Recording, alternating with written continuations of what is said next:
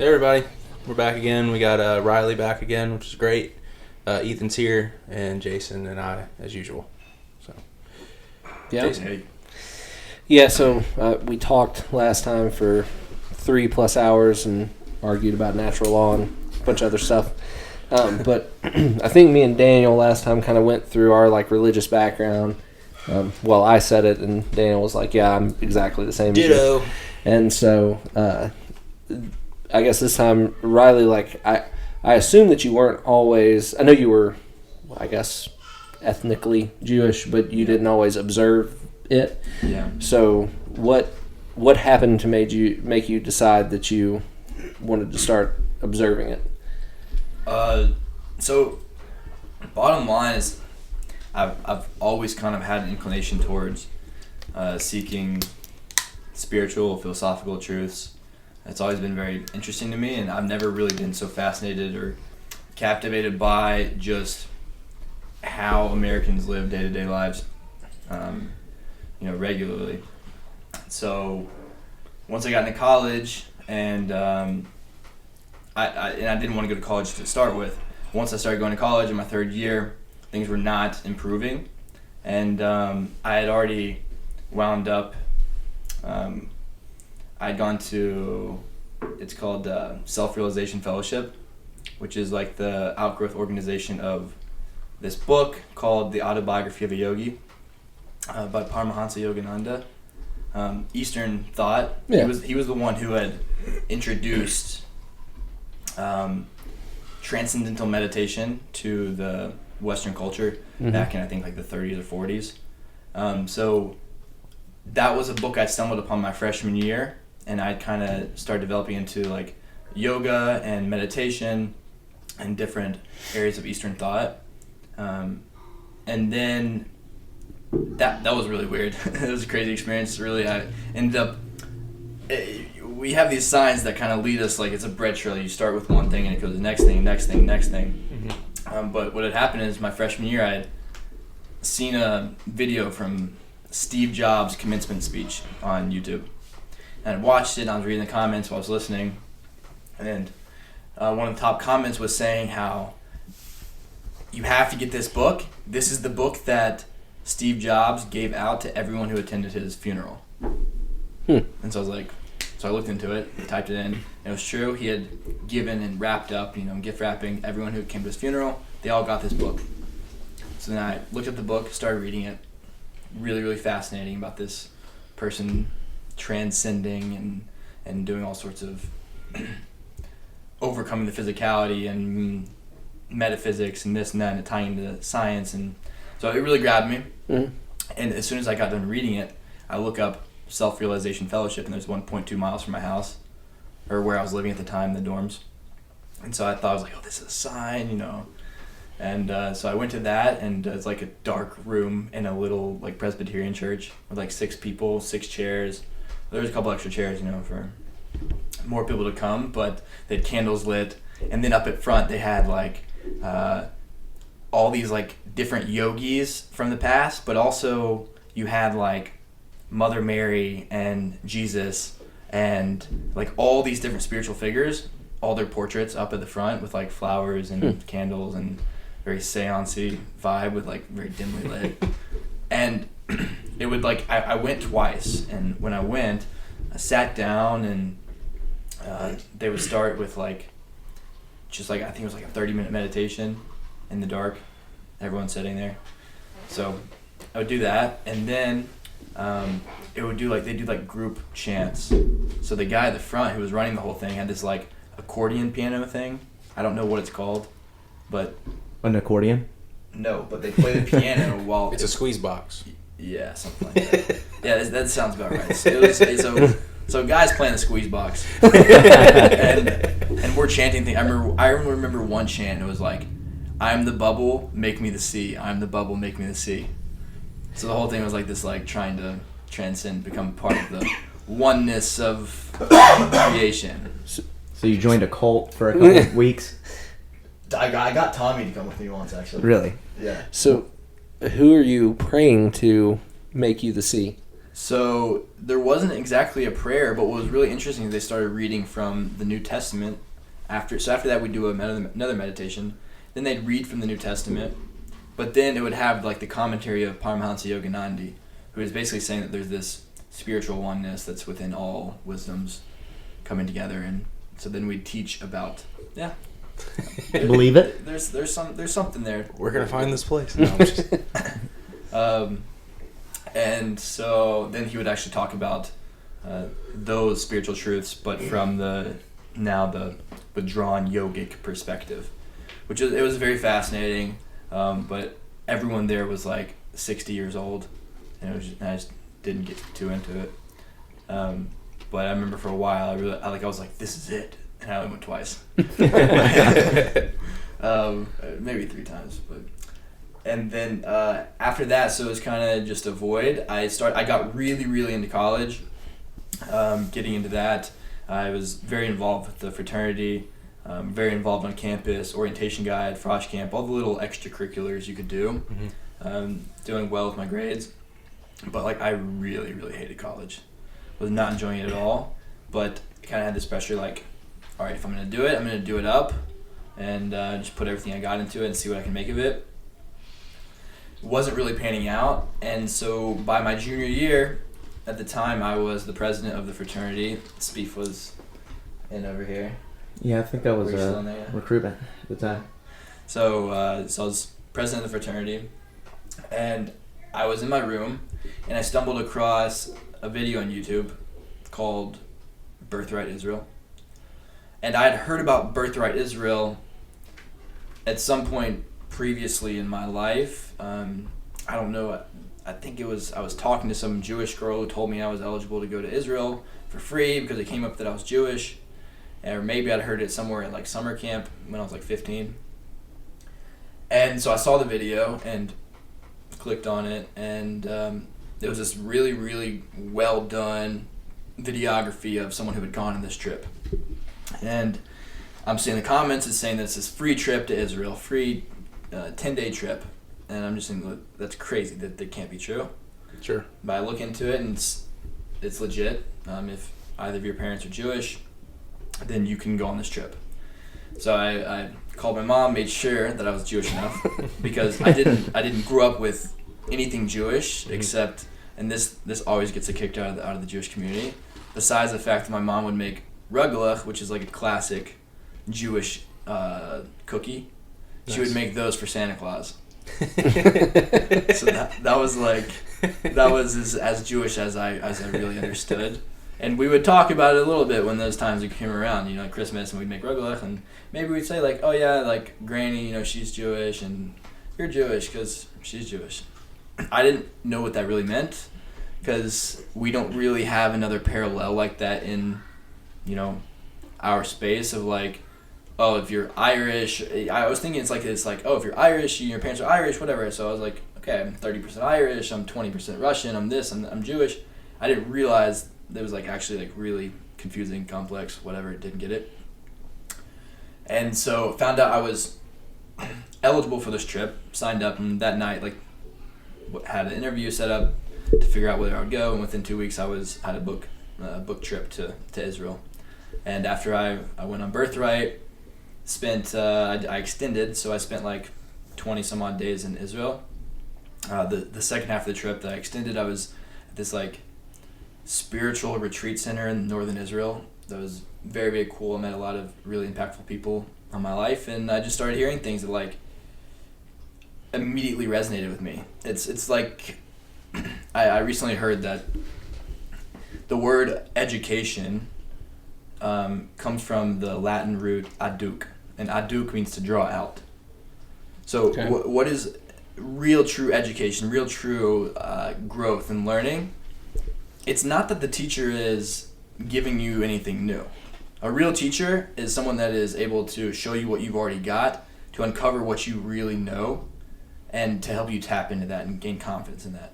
So you see that the word education, adduc, to draw out. That was that kind of sensation I had when I was in Israel, was that the things I was hearing and learning about were ways I'd always viewed the world felt about the world, understood it, and now I was actually seeing the spiritual concepts and realities that were laid out in 1,000-year-old texts within Judaism, and it resonated so well. So I was kind of faced with a dilemma there, because here I am, some 5,000-6,000 miles away from home, finally clicking with what I'd been looking for. I always knew that, like, I don't know what I'm going to do over here in this world. I'd never planned on finishing college, but I was looking for, like, an opportunity out. Mm-hmm. And now I was, like, going back, thinking, what am I going to do? Because I've kind of built this reality around Riley Pope, fraternity president, guy on campus, whatever. But meanwhile, that was not the reality I was, like, resonating with, and I just found, like, this whole thing. So I'm going back, didn't know what I was going to do. I told Spieth and a bunch of other guys that, I'm dropping out. I'm going to go back to Israel. Didn't do that. They talked me back into finishing the semester. So I finished up. So he's kind of like Satan, is what you're saying. No, I actually told him, go. Oh, I actually don't know if he was actually in the group of guys that I told. Absolutely wasn't. But there's no way of knowing. I was the one Like Landon and Danny and just guys in the frat that. I remember we sat down at the bar one night and I was like, dude, you got to go for it. I mean, if this is what you want to do. That was really the breaking point. Yeah. Was actually a conversation with Spieth. That was December of, what is it now? 2019. Yeah, so it wasn't this last December. It was December before last. I was in college. We just had elections in the fraternity. I went from being president to not be able to get, like, a single position. Not even, like, the lowest position. I didn't get voted for anything. Shit. So I walked away from that, like... Just because you wanted to go back to Israel? No, I had made some enemies within the fraternity. Because my whole thing is that when I went to college, I did everything resisting that, but I didn't have another plan. So I ended up getting pressured into this by just, like, not having any other options. Family saying, like, look, if you don't go, you're gonna be a bum. Like, what are you gonna do if you don't go to college? So now I was going with, like, this, like, okay, well, I'm gonna do everything, and I'm still gonna show them that it's crap. I gotcha. And so I really, when I was in Sig Ep, when I was in the fraternity, I was really trying to build something up, make it something, because the whole fraternity thing is it talks about this, like, brotherhood that lifts people up, that makes you grow, and you have this brotherhood for life, and this, it's really attractive. Like, the philosophy of it in itself is great. Now the problem being that now you have total frat move and all these, social media things that paint fraternity life in this, like, just lewd, sexual, like, party, cocaine way, which now you don't. So I mean, like, it really diminishes, like, any culpability of that organization ever being able to be. So, like, because it's painted in that light, it ends up taking on some of that. Because it attracts now the culture changes. Yeah. It attracts. Now it's just like it's garbage. Like, it's just That's total the people garbage. that it attracts. Yeah, That yeah. stuff. So it attracts Spiefs. Yeah. No, Look, he's right on the border. He. I like them both. Yeah. Exactly. Anyway, sorry. Gay sex. No. Oh, okay. Never mind. We're not going to tell them about that. So I'm essentially, I have this dilemma when I don't get any position, which was, that was the first point in my time at Sig Ep and the fraternity that I didn't have the ability to actually impact and change the organization. And I was like, I don't want to be here if I can't change it. The only thing that was, like, really keeping me was the ability to make a difference. But without that, I couldn't.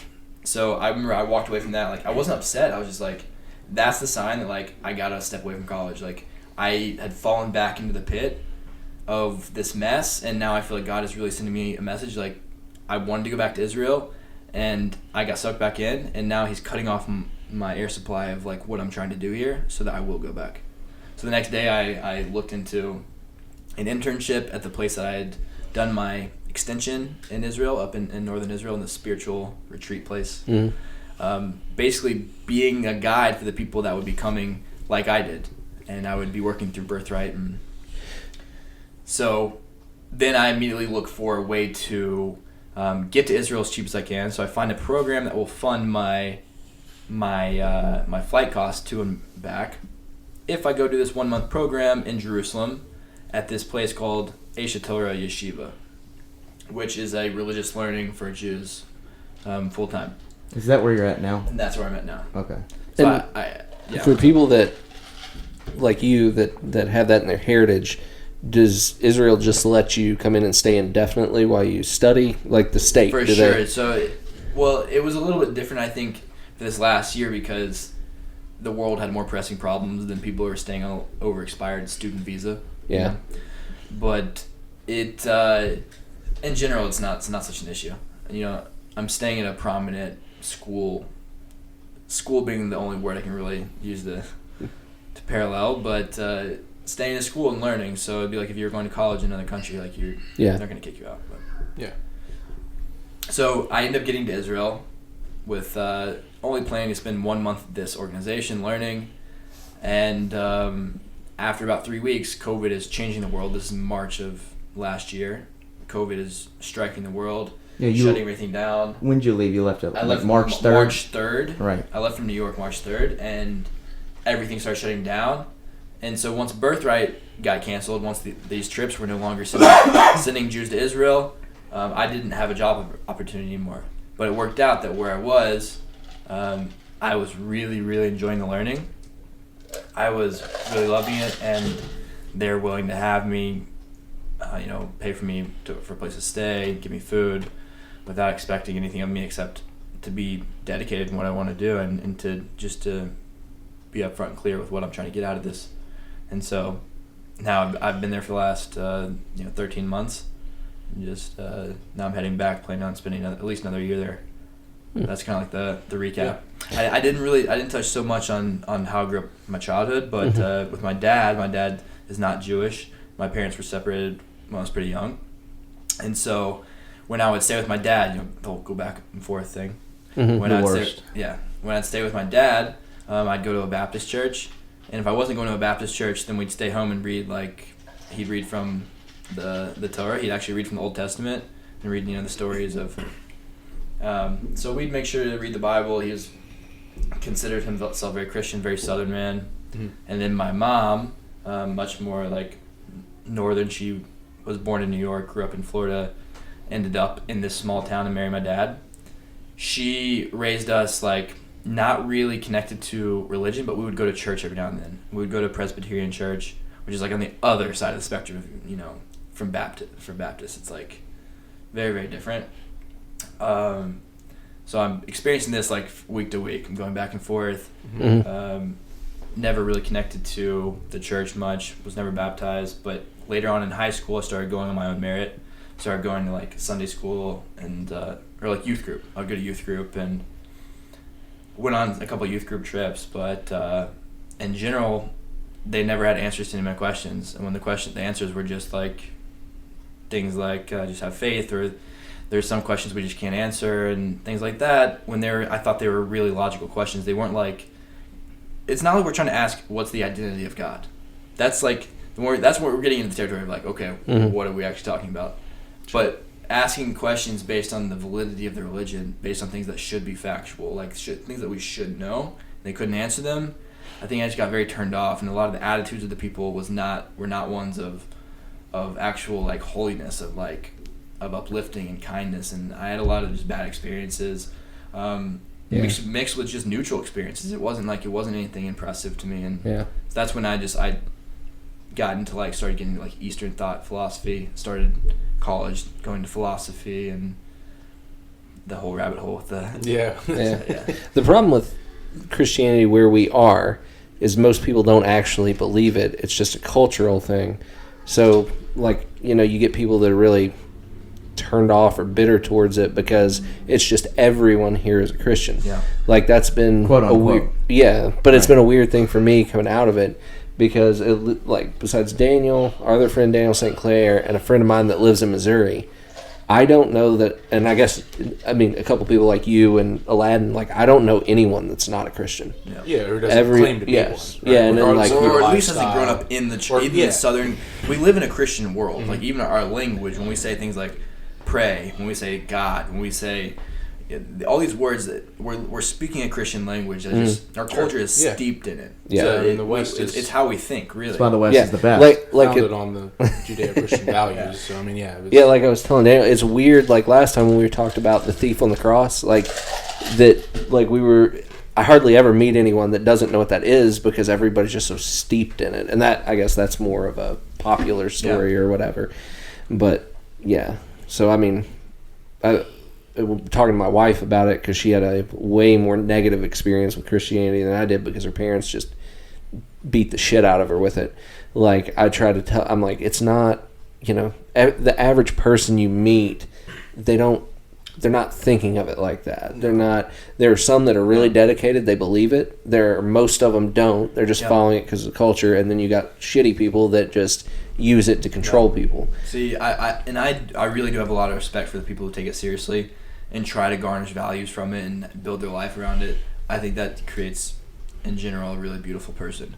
Sure. I think one of the problems, though, is because the doctrine of Christianity isn't so set out and laid out, and in general, it's easy to be a quote-unquote Christian by the dictionary, which is to get baptized, to go to, it's easy to be that. Yeah, say your prayer, be saved, well, and then go live whatever life you want to live. That's because they're not following the Bible, exactly. Really. The New Testament. That's the cultural version of Christianity that isn't real in the first place. Yeah. But I think one of my questions on Christianity really is that, though, if the Bible sets out to tell you that the version of a human and what you are is a flawed sinner that can only be redeemed through this belief, then it seems that people are doing exactly that they're not going to focus so much on how much they force themselves into becoming better people because, well, at the end of the day, they're told they're sinners. So if they're a sinner, then how much energy should they really expend towards becoming a better person if they're not saved through becoming a better person, if they're not saved through works, if they're not saved through their actual integrity, and it is really through belief, then why wouldn't those people be doing exactly what they're doing, right? That it seems to be that they're following the system laid out, and well, that may be what you're talking about, the lack of logic in it, right? That may be part of it, because I think that's what my wife struggled with too. She was like, I kept asking God to change me, and He wasn't changing me. Like I still felt the same way, did the same stuff, and it wasn't. We were in the Calvinist camp, so it was really no, I can't do anything. I'm such a depraved sinner, I can't do anything. And if you're trying to think logically about that cripples you, because that's a weird thing that it was one of the things I realized, I would not give another religion slack for this, the fact that you're asking me to hold two separate conflicting ideas in my head at once. And it's the Bible says this, right? The New Testament does, that we're depraved, we can't do anything, we just have to pray to God, but at the same time, I'm supposed to try to be a better person and not sin. That's double think. That, I can't. It can turn into a toxic environment very quickly, I think, because of that. When it plays on, everyone has a natural insecurity. We have a natural insecurity just being human. And I feel that Christianity has in it the doctrine that gives it the ability, not that it has to, but it gives so much power to whoever is talking to you about it to tell you that you, if you don't prescribe to this, if you don't give yourself to this, and not only that, but you just are this lowly being that has no ability and no self determination, well, then that's playing on our natural instinctual low self-esteem, and then you get caught in this loop of, well, now I can't think anything beyond this, and it's so unhealthy. It can be so unhealthy. Certainly there are Christians that are living healthily, and well, it depends on the person and how they were taught too, because that's with my wife, her parents beat her with that part of it, right? But the average Christian doesn't. They also think I guess the other side of that coin is, oh, I'm so valuable that God died for me in Christ, and gave Himself for me. So there's that flip of the coin. But I don't know. Were you going to say something now? I don't know. There is something wrong with man, though, right? We're not perfect. For sure. But in Jewish context, what's wrong with you was given to you specifically for the purpose of overcoming it. Okay. And that every flaw that you have, along with every strength you have, is your personal makeup that God has given you. It's your palette in order to come in here and to be given free choice, not only to make decisions when things are difficult, but in a way that's unique to anyone else. But that would in mean the that there world. are people that have overcome it and then now they're perfect. So, and I don't believe that. So these are what we call tzaddikim, righteous. It really comes from the word righteous. I'll tell you, there are many people throughout history, and no matter how many stories you tell about these people, these are the types of experiences that can only be validated by meeting someone like this, of this stature, of like the knowledge and the piousness that these people have, and the joy of life, and they're glowing. I mean, like, there's a couple people I've met in Jerusalem that just have blown my mind. The man who runs the yeshiva that I met, I guess you could, the parallel would be the principal. I've sat in some of his classes. He runs a community of several thousand people. He runs the yeshiva of a couple hundred students. He's a poskin, which means he makes halachic, like Jewish law decisions for many people, and he runs his own synagogue. I'll be sitting in one of his classes, and he'll just be teaching, and while he's mid teaching, we'll just doze off, just sitting upright for about 15 seconds, open his eyes up, and just keep going off whatever he just said, because the man sleeps 3 hours a day, and every single, as soon as that class is over, we have to get out, because every single minute of his day is dedicated to the well-being of Israel and the well-being of the Jewish people, and really the well-being of the world.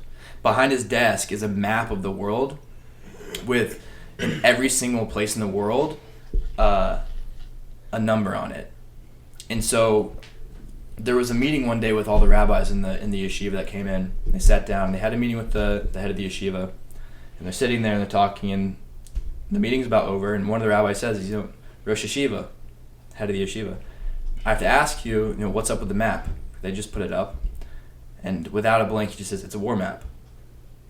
He's got all these numbers on it, and he's looking at all the Jewish people that are out just like spiritually starving, that are out there. And there's people that and there's, you meet some of these people, that's just one of the experience, but you meet some of these people and you see and you interact with wild stories, and you see that it's more possible than the Western world gives any credence to, that there are people who are perfect in at least in their actions, right, and in their speech. Can you know the man's heart? Exactly. So we actually make a distinction between two types of tzaddikim, two types of righteous people. There's a very rare righteous person which God sends to the earth purely for the sake of the earth, and this is a very special soul. This is a soul that is the soul of a tzaddik, of a righteous person, and that person, to his very core, is pure. He has no inclination of any sin. That's a very rare thing. There's not something we're saying is just like a common, but something we say that everyone is capable of is to be a Benoni, which really means like a between. Someone who, every single person we say has the ability to become perfect in their thought, in their speech, in their action. That does not mean that they won't have things that grab them and pull them left or right or up or down. Now we will have these things, but that we have complete and total agency over how I choose to act, how I choose to speak, how I choose to think. Would I allow myself to entertain? Sure, but why am I doing it? Why are you doing it? Right, because it could be, the intention means a lot. So if I'm doing it because I know that the people around me I'll have 2,000 people that want to follow me now, and I can doze off while I'm teaching them because that's what I value. Sure. And that isn't. No. Then what you're doing isn't. No, it's isn't anything. No, it really is a good question. Other than just action. Yeah, but isn't that like maybe you correct me if I'm wrong, but isn't that like you're thinking of this through like a Christian lens because you're thinking, you're saying is making me think of Christ interpreting the law in the New Testament when he's like, it was said don't commit adultery, but I'm saying to you, everyone that commits adultery in his heart, anybody that's lusted out for a woman has essentially has already done it. Yeah, So hate is murder in action, right? Because So do y'all think the same thing, or is that? Oh, I'm not sure what you're saying about the. So like when Jesus, and I don't know where the reference is, but the Pharisees were talking to Jesus, basically they were claiming that they had kind of overcome a lot of this stuff, and he was like, Moses gave you this law, but I'm saying that it's harder than it ever even seems to you, because like if you have the law, don't commit adultery, but Jesus says that anyone that looks on a woman with lust has already committed adultery in his heart. You have don't murder, but I'm saying to you, anyone that hates his brother has murdered them in his heart. Like, so he was saying that, not just abstaining from those things is not enough, but you have such deep brokenness. Exactly, yeah. Yeah, so it's interesting, though, now hearing a lot of Jesus' teachings and seeing how they're really echoes of what Jewish wisdom says. I mean, he grew up as a religious Jew. Sure. Yeah. And I think it's sometimes it's not in the thought process of most of like Western world, is that this was someone who was fully a part of it. So a lot of this, like the teachings on the Mount. Sermon on the Mount. Matthew 5, the Sermon on the Mount. Yeah. Right. Yeah. A lot of his teachings are directly echoing, including what you're saying about that it goes to the core.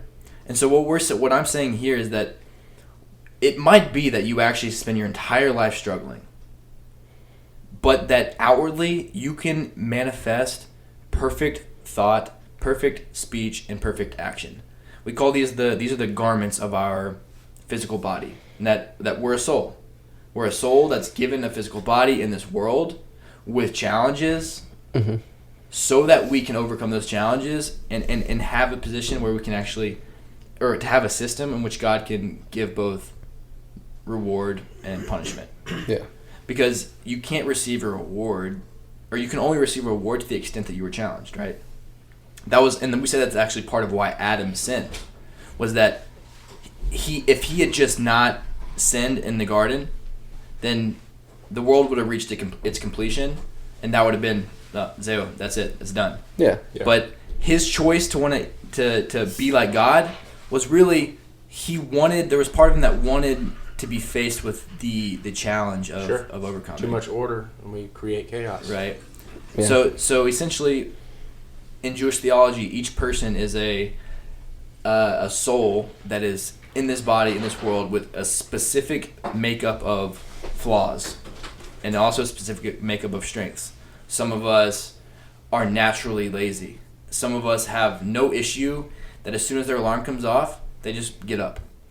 Some people get angry and they don't know why. Some people are jealous if anyone has anything. We all have a very different given makeup, and you even see this in children. I'm sure you, as a father, like you see that. That from a very young age, you already start to see their personality starts manifesting, and you see that there's something that's given. It's not something that he developed himself. It's just there. Now, when I say too that their heart we can't know, I don't mean that you shouldn't work on the issues that you have. I agree with what you're saying as far as every human should be working on what it is that they lack or what it is that they struggle with. But I don't know. I don't think you can. I don't know. Now I'm just arguing Christianity, but I don't know if the heart is corrupt. Then why am I doing these things? Okay, yes, for this physical world, it makes it easier for me to live in it, right? Exactly. But for a spiritual realm, my heart is still not perfect and never can be. How could it? Because I mean, how can we know that this guy isn't doing what he's doing for what he's gained by doing it? If you live a certain lifestyle and you start fixing yourself in the areas that you're weak in, you are going to gain things. There will be certain things that you gain from it, and you're going to be happy about it, right? Well, should I be happy about it? I mean, maybe, yeah, but did I do it because I wanted people to notice it? Right. Yeah, because I don't even think we always know what our motivations are. Like in and even of yourself. themselves. Sure. I don't know why. Why did we do a 7-day fast? You know what I mean? Like, why did I do that? I'm sure part of it's vanity. Part of it's a whole, maybe it's some of it's good for me too. So there's certainly like a whole makeup there. In every decision we make and everything we do, whether it's conscious or not, there's always a balance of social pressure. There's always a balance of I actually want to do good, and there's a balance of maybe I want to do bad, and this is my way of doing it. Like there's always that. And the only one that can know that is the Creator that is within above everything. Right. But you asked a really good question, and that was that if we've got a heart that we're saying might always till the day we die be something we struggle against, might always send us bad desires, send us things that quote unquote bad, right? What we're saying bad is send us things that we don't necessarily want to do. You're saying why? What would be the purpose of that? And the I'm saying how can I commune with a perfect holy being that's God if my heart, if you're not perfect, if I'm not perfect, because even though I've done all the outward things, the physical things, and I've overcome my shortcomings in this world, and I've completed those things and become a better person, my heart, it could have been because I wanted the fame, or it could have been because I wanted people to look at me and go, well, that guy did it, right? Like he did it. Those things. So how, if that's the case, and I'm still corrupted, I'm not perfect, and how can an unperfect being be in the presence of a perfect being that is God without him? And maybe he just forgives it, but why? Why does he forgive it? Yeah. Okay. I'm sorry. You answer that, and I got a question off of it. Okay. Great. So. This is the answer as I understand it. And that is, we're saying that God, our bottom line of Judaism is that God, ultimately his essence is as perfect goodness. A perfect goodness. Mm-hmm. And what would a perfect goodness, as far as we can relate to it, what would that desire be? If there was a desire. Even desire, even the language we're speaking, it doesn't work. Because desire implies a lack. Sure. God can't have lack. But if God is everywhere and he's perfect goodness, what does he need? A receiver. Okay. When you want to do good, what is like the highest good is giving of yourself, if dedicating yourself to saving the whales or saving the forest or even to a religion. It's always about giving ourselves to something bigger than us, creating a family and having children. Like to give is just it's such a deep feeling of that's how you actually express goodness, right? That you give. And so God as a creator, as everything, and above any words we could possibly define, needs a receiver. Now his option is to create a receiver in which just receives, but we're dealing with a reality where closeness to God, and this is a very important point, closeness to God in this reality that we're talking about is not measured by distance, meaning it's not closeness because God's everywhere. God is within and above everything. So what is closeness to God measured by? Closeness to God is measured by likeness. Okay. How similar? Okay. I'm gonna get to your question. Go ahead. No, you're good. I'm sorry. I'm working up to it. I have to lay out the foundation of it. But that closeness to God is his likeness. And so, essentially, God has to create a reality. If he wants to give us perfect good, if he wants to give us the access to perfect good, he has to put us in a reality in which we can choose. He has to put us in a reality in which we have to struggle, in a reality in which we have to overcome. Because if it's just good, there's no choice. If you don't have a struggle, if right now if you were just a soul right now, but without the body, then there would be no issue with doing good because it's so manifestly clear what is the thing you can do to become closest to God. So the evil or the corruption of man in the Jewish understanding lies solely in the body. Like our soul is good, because I think the Christian would say that the soul is corrupted as well. So we say the soul is a piece of God. Chelik Elokim. That you are made in the image of God, that you have a piece of God within you. Does everyone go to heaven then? Not quite. Okay. There are. And that to me is a contradiction. Oh, but there's a problem there. But I haven't finished yet. I'm sorry. Go ahead. It's very, very few people. Very few people. Number one is you have to understand God is perfectly just in every sense of the word. That means, and I actually listened to a great podcast on it this morning. So perfect in his justice is that a human being that strives purely after worldly things, only wants worldly things, wants nothing to do with God, still has to receive reward. Because God, he's not going to say, oh, this person, he's evil, so he doesn't get any reward. No. Every single good thing that person has done deserves reward. And every single bad thing that person has done deserves a punishment. No matter how low the deed, and how small it is, no matter how big it is, every single thing deserves perfect justice, meaning perfect reward and perfect punishment. And so there will be people that do not make it to what we call heaven.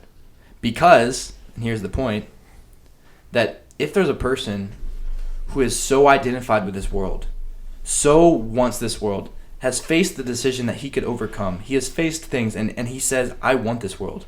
I want the cars, and I want this, and I want that, and I want the women, and I want the drugs, and I want and going on and on and on. Rap culture. I was about to say it. These people, they get it. And this is a double header. 2 birds, 1 stone. How does God allow evil to exist? How does he allow good people or bad people to prosper and good people to suffer? The answer is in this exactly. That good people, righteous people would say, I want my portion of my goodness and my reward, I want it to be eternal. I could care less about having all the material goodness here if it means it's going to take away from my eternal reward. And I know God, I've got my checks and balances, I've done my bad and I've done my good, and the measure of all the combination of the two. I want what I have coming for me to be eternal. I want it to put me right next to the throne of glory, right next to God. The physical person, this rap culture we're talking about, they're thriving, right? Or at least God's giving them what they want. They want and that. It's empty. Why? But on a deeper level, even deeper, is because their soul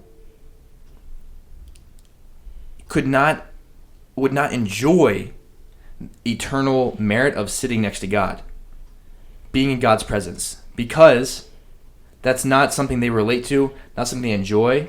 Sound like a Calvinist, right? It couldn't be something that they actually want to do. Yeah. And so that's what I'm saying is God's so perfectly just, he gives every human being exactly what they want.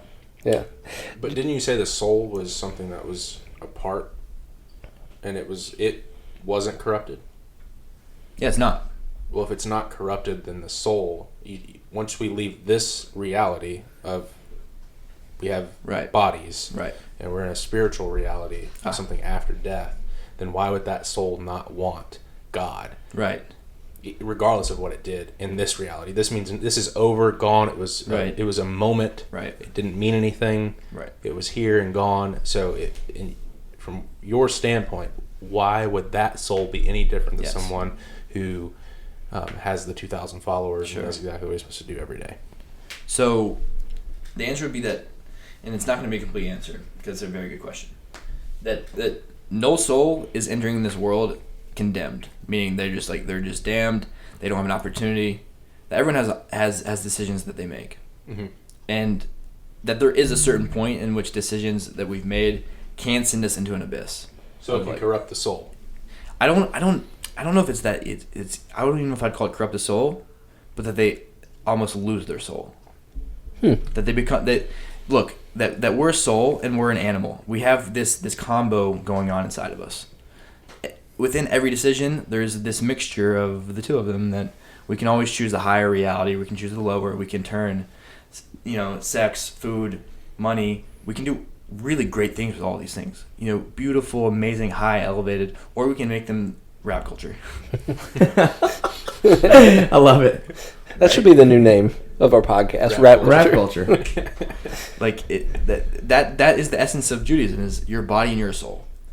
And so when you so deny the reality of the soul, there I know within, at least within the Jewish body of knowledge, I know that there's things that can be done that can merit you to lose to be cut off from spirituality. If you want to identify completely as an animal, God allows you to be an animal.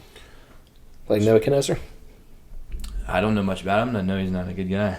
Yeah, I think God made him feral, like in Daniel.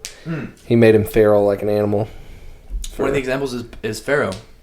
Okay. Like, for example, we say, one of the big questions is, it says, God hardened Pharaoh's heart. After like the 4th or 5th plague. But then it also says at different places he hardened his heart too. Yeah. So in the beginning, exactly, the first 4 or 5 plagues, it says that Pharaoh hardened his heart and he chose this, and then like the 5th or 6th one is, I think it even says that at some point Pharaoh, he actually wants to free the Jews, and it says that God hardened his heart.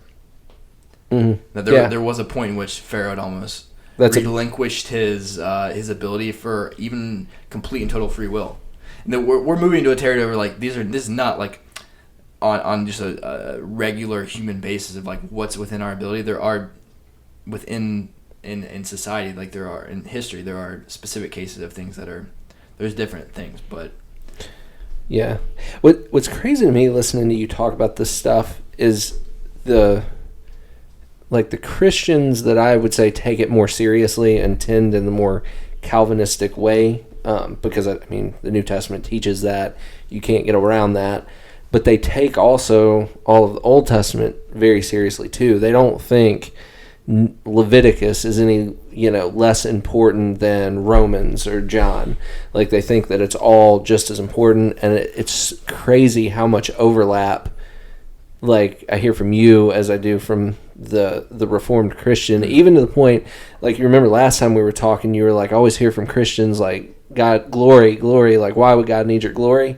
But what you just said when you're talking about like the highest form of good is to give to yourself, that's essentially why the Christians think that, because they don't think that God needs me to glorify him. They think God is the most enjoyable thing that there could be. He is the only thing that could make me happy. So by God allowing me to glorify him, he is giving the most valuable thing himself to me. Like, so that's what you're hitting on a great point, which is that we believe that we are wired for pleasure, that our entire creation and ourselves is all to experience pleasure. What Judaism will say is that we just disagree what the highest pleasure is, and what's going off with what you're saying about the Calvinists is that the highest pleasure would be God himself, and that's what we were saying is God wanted to give to humanity. He wanted to have a creation that could receive. He also wants to give them access to the highest good, and what would be the highest good? Himself. Yes. Yeah.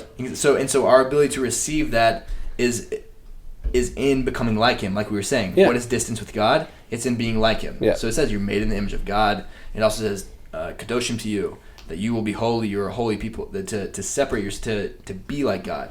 Not that you are God, but you have the aspect and the ability and the ability of self-determination and the ability of free choice, as if you had the capabilities to say of the Creator. Yeah. Yeah, no, I mean that's the exact same thing like the Reformed Calvinist person would say is like that's how you get close to God, is to that he changes you into his likeness. And that's part of like the thing, I don't know, the contradicting ideas that it's hard for me to keep in my head with that is God's changing me, I can't do anything, but I'm still held responsible for the things that I can't help. Yes. And so that is we're talking about free will and predestination. Yeah, which Calvinism, they're big on the predestination thing. Yeah. So Judaism will tell you that this is going to be one of those like Christian like answers of like we don't really know how it fully works, but that free will and predestination are happening at the same time. That you have free will, but obviously God knows where it's all going. There can't be anything that God doesn't know, but also you have complete and total free will. Yeah. So, it's just so that's he looked down the corridors of time and saw what would happen, but he didn't. But, but if he's seen it, like I can't change it, and even David, that's not true. So the analogy that I love and that it's done it the most justice. This was by the Rosh Hashiva at it's a contradiction at Meshiva. Is listen to this. You put up a 10-year-old. No, you put up a 25-year-old chess player in America against the Russian champion who's been playing chess since he was 3 years old. Okay. Right? You put them against each other. That Russian can read every single move that guy's going to try and do.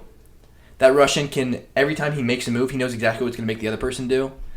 If this person even tries to throw him off and gets over here on this side of the board, the Russian knows how to get him over here and to make him do this. He can make him set up his pieces however he wants because he has the knowledge and the wisdom to make him move however he'd like. However, that American still has the ability to make those decisions. But at the end of the day, God can make us end up where He wants us. That's the analogy. But the American can't win. That's not true. Doesn't matter. Okay, but he can affect the board. You're right. But we're not. If he can win, yeah, then you're taking the analogy outside the analogy. Sorry, I hear.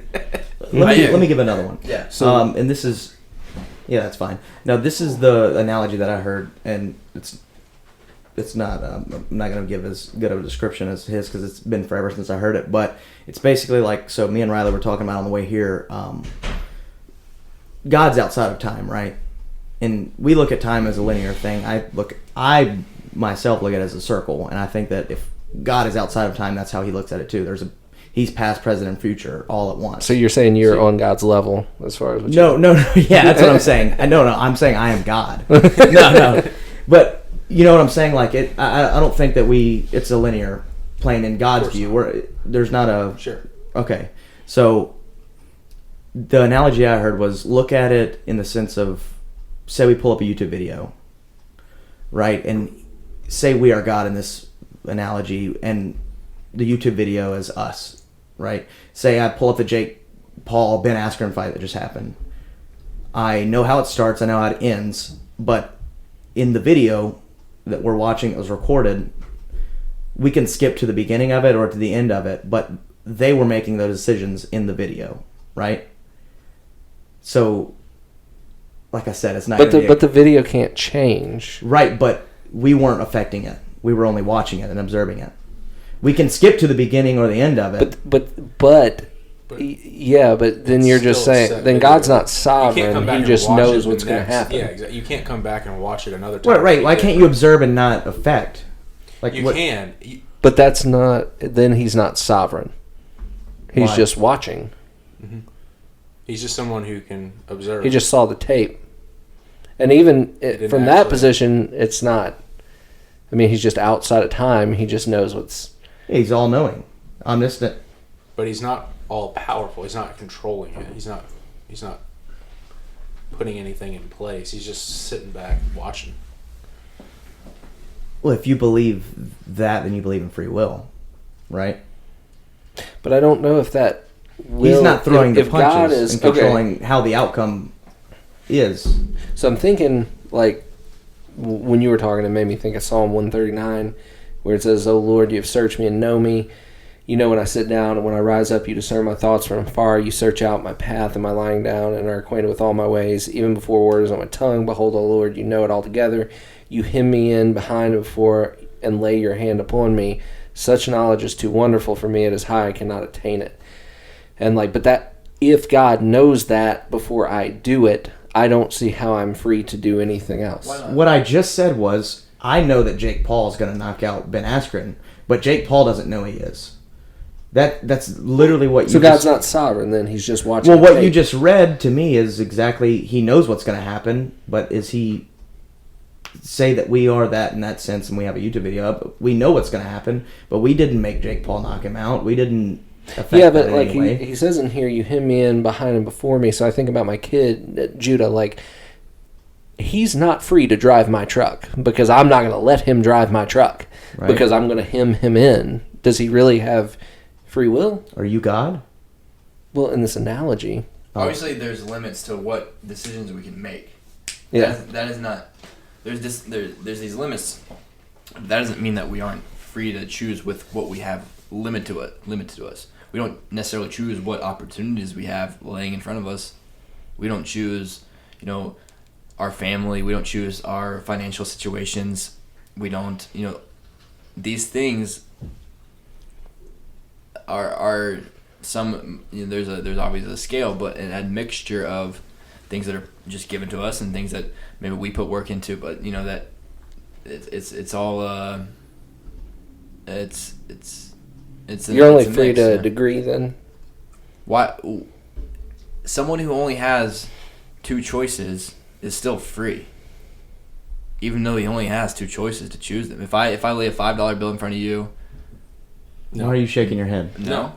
Well, that's the paradigm that's presented to us constantly in all politics. And no, that's not freedom. No. Now you're talking about politics. It doesn't matter. That's 2 choices. That doesn't make me free. If I have well, we're not talking about free in that sense, though. But do you have one of 2 sides, and I don't want either one of them because I think they're both wrong? Then I'm not free if I'm forced to choose one of the 2. But you aren't. No. Hold on. But are you free to choose one of the 2? Are you free to choose one of the 2 paths? I don't want either one. I want a third. That's fine, but are you free to choose one of the 2? You're even free to create a third option. option. Forced to choose between 2 things. Now you're talking about politics, though. But we're talking about God. But in general, but even in that analogy, you're still free to choose a third option, and that is to create a third option.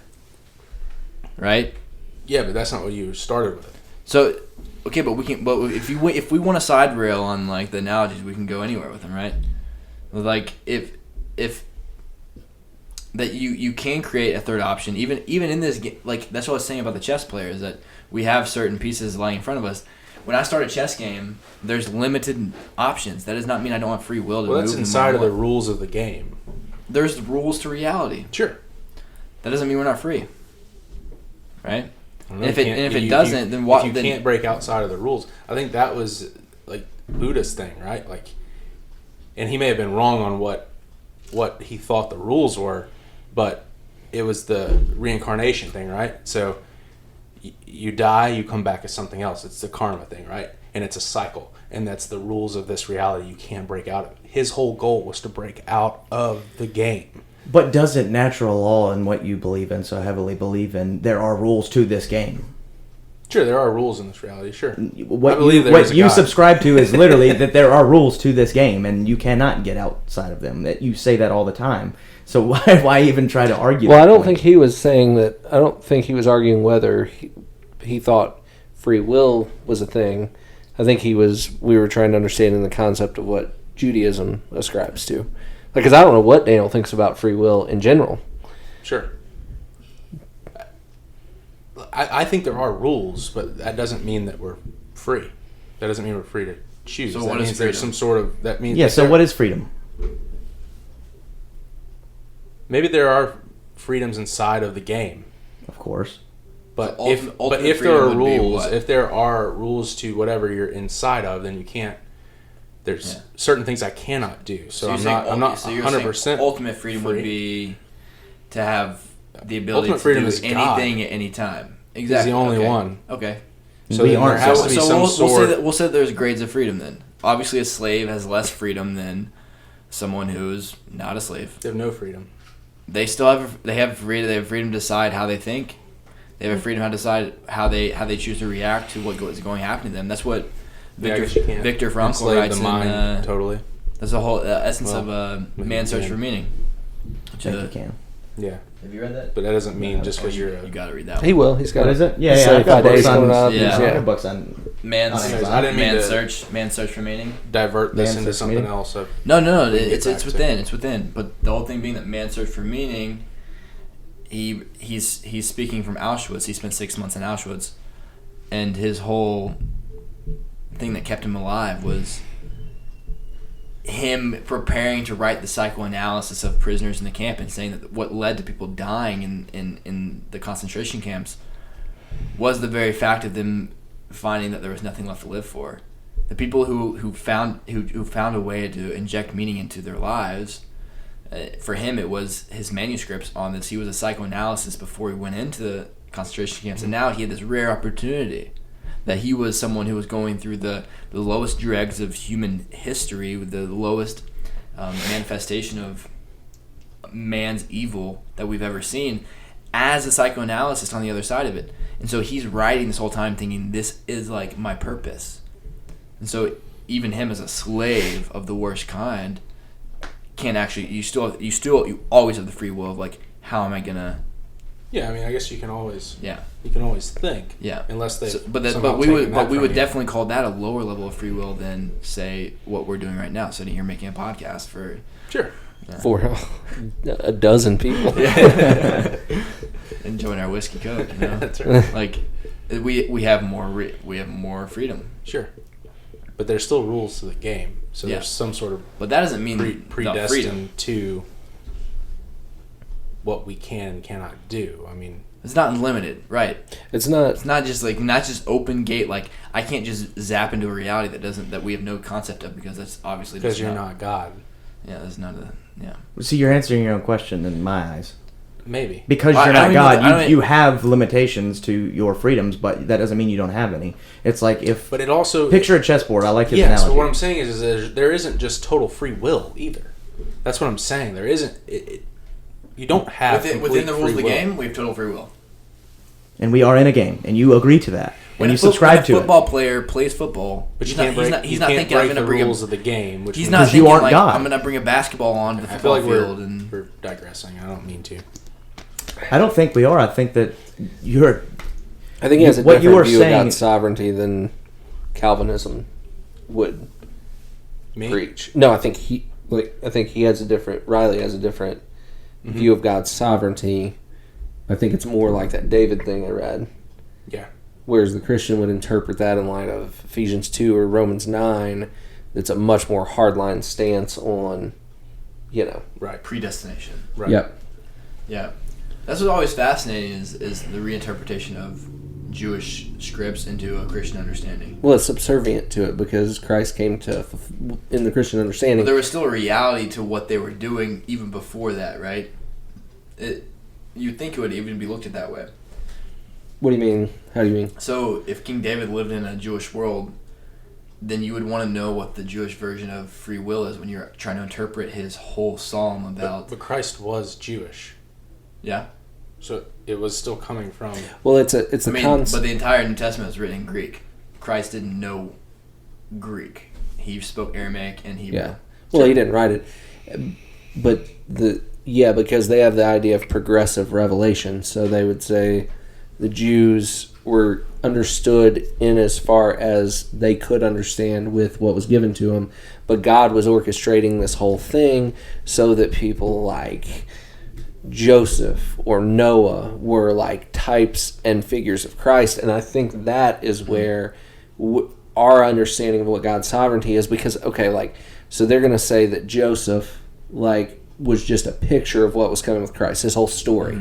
So what kind of free will did Joseph really have if he was he was sold by his brothers, completely betrayed, he grew up in a hostile land, but then he ended up being the savior of his people. He was literally thrown into a tomb, pulled up out of it, and then he was the means by which God saved all of Israel. Sounds like God had a lot of control over what Joseph's life was. And exactly. Well, that's what we're saying.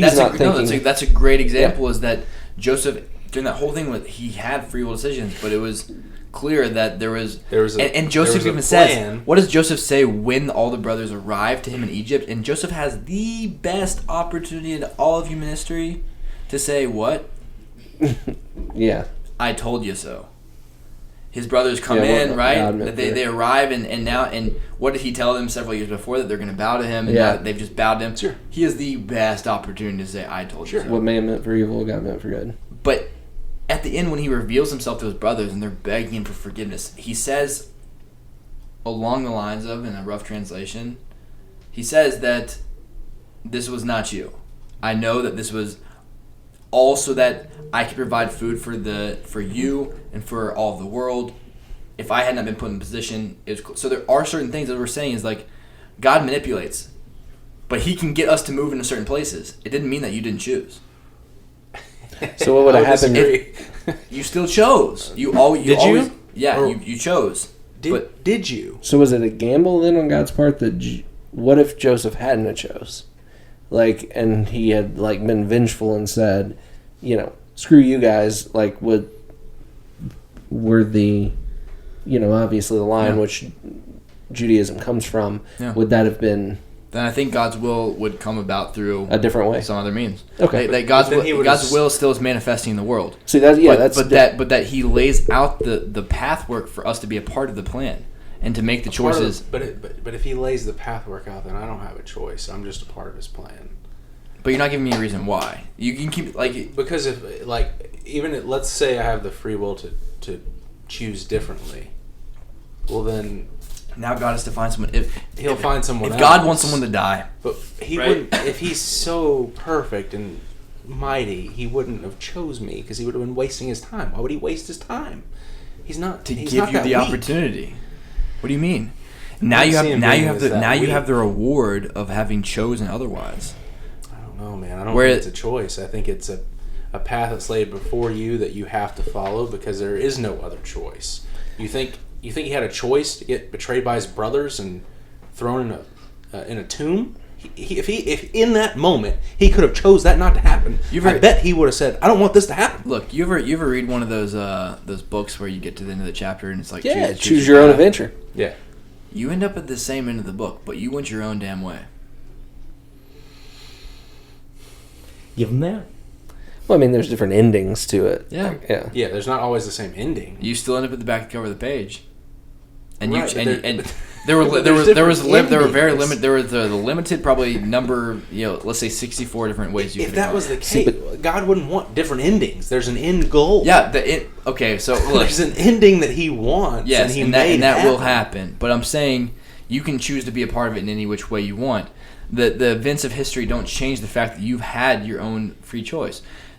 The paradox of this, I don't think we're going to move past. Maybe not. But within the realms of the game of chess, I want you, if you really think on that one, the fact that Russian you're playing against. I see what you're saying, but you played. Yes, but there are the rules of the game. Like he couldn't take his piece off of it and go, you can't attack that guy. Yeah. Until I want to bring it back on, and then I don't checkmate. understand like that's not. You're playing inside of the rules, which is governed. But you believe that it's governed. But why do rules mean that you don't have freedom? What you're saying means... What I'm saying is... Answer the question he just asked, because that's what I can't understand you either. Why do rules mean that there's no freedom? There's not ultimate freedom. There's only freedom inside of the game. Is ultimate freedom being God? Yes. Well, then that's your answer. You're not God. Yes, I know that. But I also don't believe that there's 100% free will inside of... Like, it is. Have you ever played a game of chess? Yeah, I'm bad at it. I don't know the rules very well. But you get to move your pieces where you want, right? No, you don't get to move them where you want. Checkers. No, you do not, because there are a set of rules on what pieces move. Right. So we're looking. You can't just take your piece you're right and just throw it into the front yard and say I want. Exactly, and so but I don't get to because you're not God. You're a human. I don't get to move my knight. I don't think one space forward. I have to move it 2 spaces and 1 to the right, or whatever it is. It's only with rules that we can actually have a way to function. That's fine. I'm not disagreeing with that. But what I am disagreeing with is there isn't 100% free will. You wouldn't think there's 100% free will, right? Under what he's defining it. Meaning that I can do anything I will at any time. You can't break the rules. You can't break the rules. I think the difference is like it's such a radical difference in like what we were brought up as under as what God's sovereignty is because with Joseph in the way that we saw it. So me as a Christian, I've got this Old Testament and I'm supposed to be interpreting it like, I'm not looking at it like Joseph, what did he do that I can emulate? I'm looking at it, where can I find Christ? Mm-hmm. So Christ has a certain thing he has to fulfill, right? And if Joseph's going to be a type, a shadow, what they call in Hebrews like a likeness of Christ, then it had to happen like point by point, ... Joseph didn't have any kind of free will that I could discern from a Christian standpoint, because he had to do exactly those things. So I can look at it and think, okay, this is like Christ. It went into a tomb. It came out of the tomb. You know. So the real question on Christians is, if the Old Testament became the Old Testament, if the Torah became the Old Testament, and then shifted to this figure, Jesus, what signaled that, and why is it that the verses within Torah have been negated? Many things saying like the what do you mean? Like that God would never reveal himself as like this again, and that you will have no other gods before me, that you will not worry, all the things that Christianity really goes against in many ways. The answer is that Christianity's usurped and just nullified the entire because teachings. You believe there's going to be a Messiah, correct? Yes. Okay, so how is it a usurp? Yes. If this is a possibility of being the Messiah? No. I'm sorry. Because how is Christ a usurper? You're talking about Jesus. Yes. How is Jesus a usurper if he could be what you believe? Yeah. Is to come. Yeah. I understand that you don't believe that Christ is the Messiah, but isn't it because he claims that he's God? There's many reasons. Many reasons. Maybe we need to get into what are the prophecies of the Messiah. Yeah. And what is it that Christ didn't fulfill? Yeah. In the Jewish eyes, as far as the Messiah goes, I understand he didn't fulfill the, like the worldly side of it, where like he would come as a ruler, a conquering king, ruler. Kind of. So views on the Messiah. So, number one, I think most important, is that the Messiah is not God. That's the number one, I think, difference between the Jewish Messiah and the Christian Messiah, is that the Messiah is not God. The Messiah is a man, born of flesh, born of sex, had a child. He was from what the prophecies say, that he'll be from complete left field. So what gives him his authority? His fulfillment of the prophecies. Didn't Christ fulfill many of those? No. Maybe not all of them, but many. No. Is there not prophecy about the temple being destroyed after the death of the Messiah? The temple... And the temple has to be rebuilt. And it hasn't been yet. Meaning the Messiah, the three biggies... Which gets me into another thing that I want to talk about later. The three biggies for the Messiah that we say, we aren't going to name a Messiah until these three things have even happened. Which is, number one, that the entire world lays down its arms and that there's world peace. That's number one. Complete and total world peace. Okay. The imagery of like the lion and the lamb, and the swords beaten into plowshares. Mm-hmm. That's number one. Number two is that all the Jews return back to Israel. And number three is that the temple has been rebuilt. But I think Christians would say that'll happen. Yeah, they're going to say that all. But that's an easy out. Why wouldn't it have happened the first time? See, the thing, that's what I'm saying, is the Old Testament, the Torah, which is the whole thing, the document geared towards the Messiah, lays out what's going to happen. None of those things happen, and then another religion that forms. Some of them did, though. Some of the prophecies in Isaiah and Daniel did come true with Christ. Like? Isaiah 53 seems to speak of Christ. Oh, let's go. The suffering servant. Yeah. So just to keep in mind, like, I'm not a Christian. I'm just arguing. Neither am I. We're not. This is famous Isaiah 53. Yeah. It's famous. So should we read it? Because I think we both know what it says, but sure, they may not. Sure, read it. Read it. Let me read it actually out of my. Yeah, that'd be great. Be good. We'll compare. Cool. That'd be great. All right.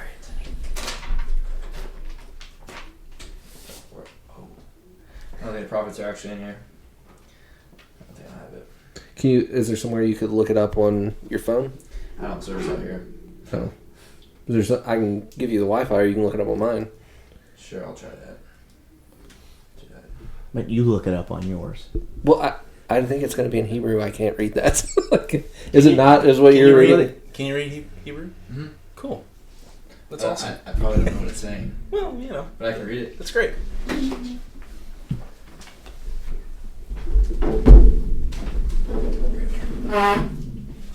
Do you want me to go Let me just won't worry about it so much. But Okay. what is your translation So saying? this one says, and this is the English Standard Version, which is supposed to be a word-for-word translation, but it says, "Who has believed what he has heard from us, and to whom has the arm of the Lord been revealed? For he grew up before him like a young plant, and like a root out of dry ground.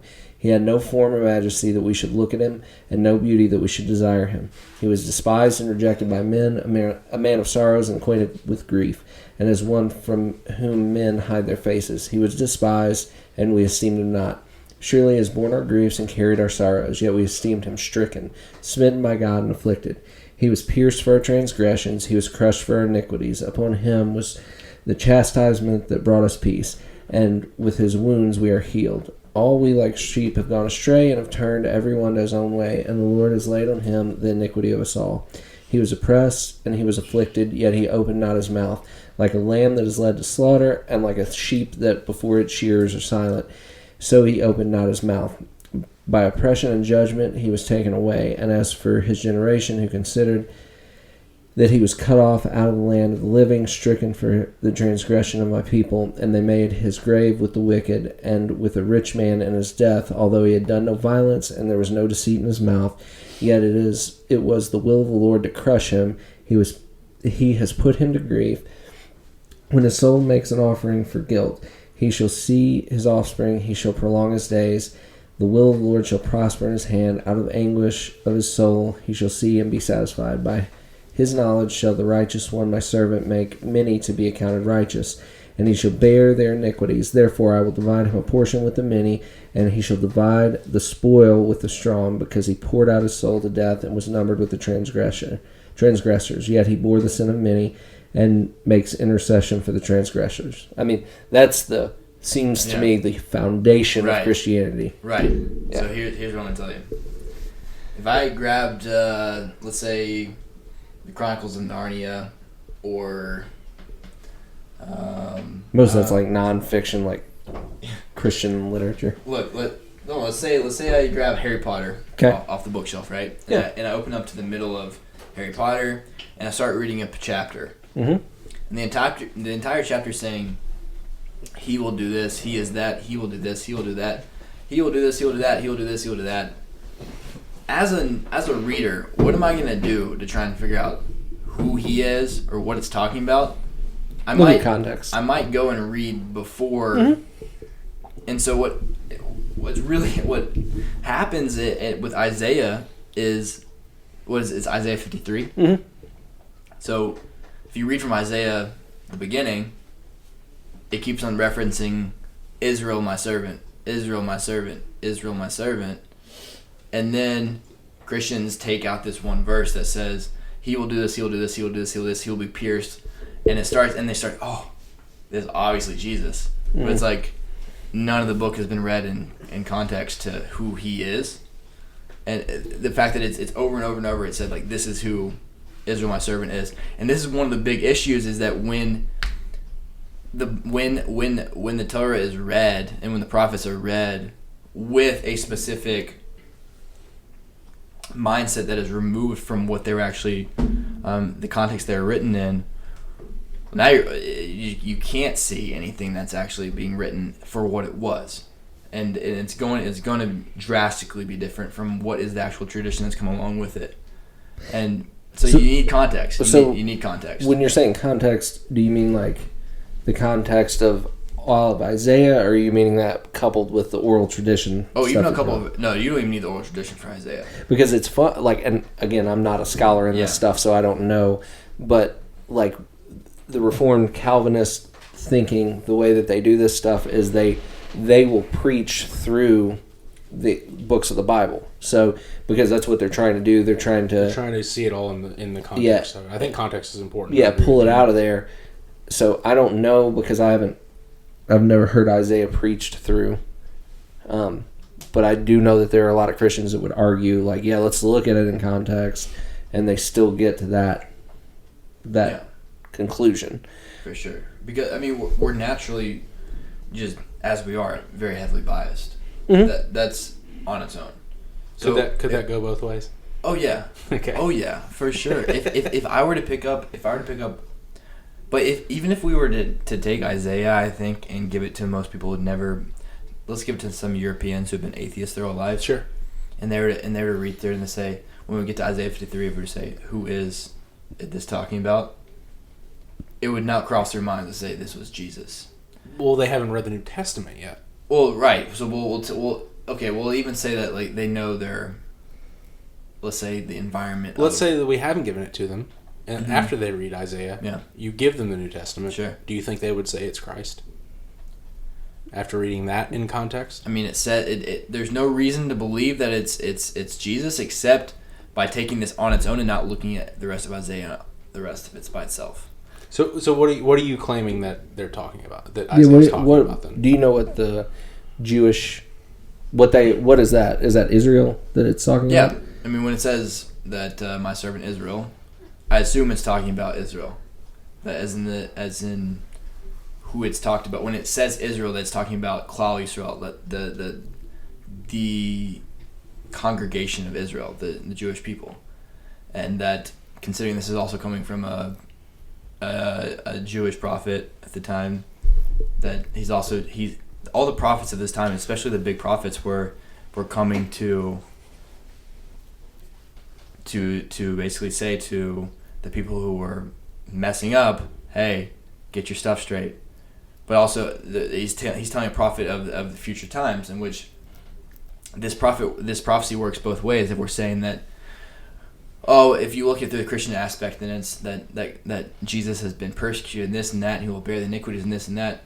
But also you look at the Jewish people who have been gone through Holocaust and pogroms and have been absolutely destroyed. So what you're saying is that the prophecies of Isaiah were not about the Messiah. No, it was not about the Messiah. So what messianic prophecies do the Jewish people claim? What messianic or which ones do you guys hold to, if not the prophecies of Isaiah? No, those are messianic. But I'm saying the interpretations are vastly different.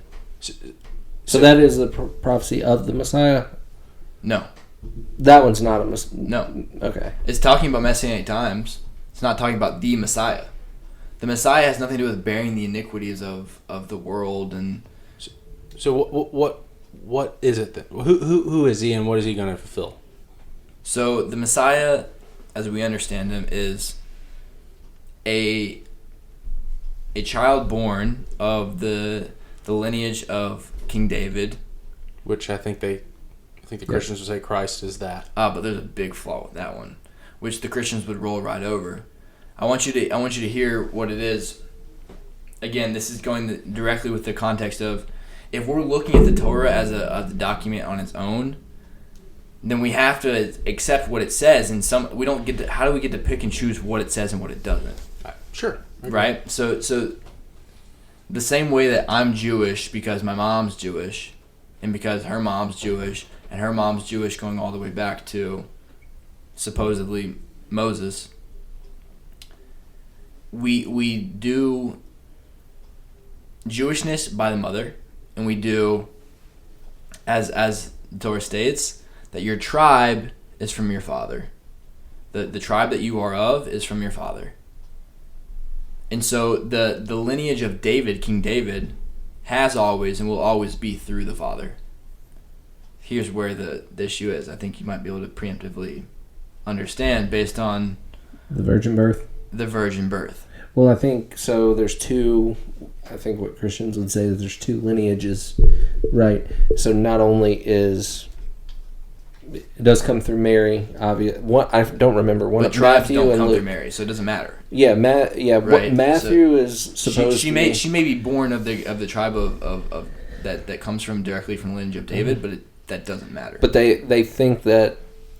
But then the other genealogy, I don't remember, one's Matthew, one's Luke, is Joseph's genealogy. Yeah. So they're saying that it came from both ways, even though that's not his natural father. Yeah, so that's one thing. One thing is there's conflicting. I got a question.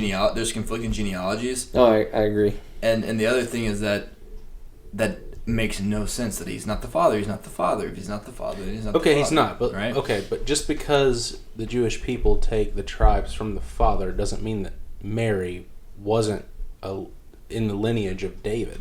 But we say how lineage goes. That lineage goes. We say this is the law. You can say whatever you want. This is the law. How? But what book did they follow before the New Testament? Were they not following the Torah or the Old Testament? Was that not how they figured out what lineage was? Sure, but women were born. What does women have to do with anything? All right, so say for instance the Ethan, you the don't religion just that you're go practicing, based on your father's lineage today, do you? They do. Your mom exists. Hold on, so doesn't she? But here's the thing. Like what I'm asking you is, hold on. Did they practice through the Torah? Right. Is that not what they followed? Right. The question is, where did it change? Meaning, this is what they followed. We know historically this is what they followed. What they followed was, if we were to say that you were of the lineage of David, that would mean that your father is of King David. If not, but you're still leaving out half of it, which is the women in this. Not if what you practice is the lineage of your father. It doesn't matter what you practice. It doesn't change the lineage of the mothers involved in this. Well, if you just want to interpret it however, then yeah. You can say that it doesn't. You can say that it's on the same level. But what we're saying is that there is a different essence of when a woman is born and when she actually becomes a part of a new family. Like she becomes the matriarch of a new family. Like even all throughout history, when a woman joins a new family, she's no longer a part of this family. Like the daughters would go like that is whereas the sons are still they're the ones that we are seen as carrying on the family name, right?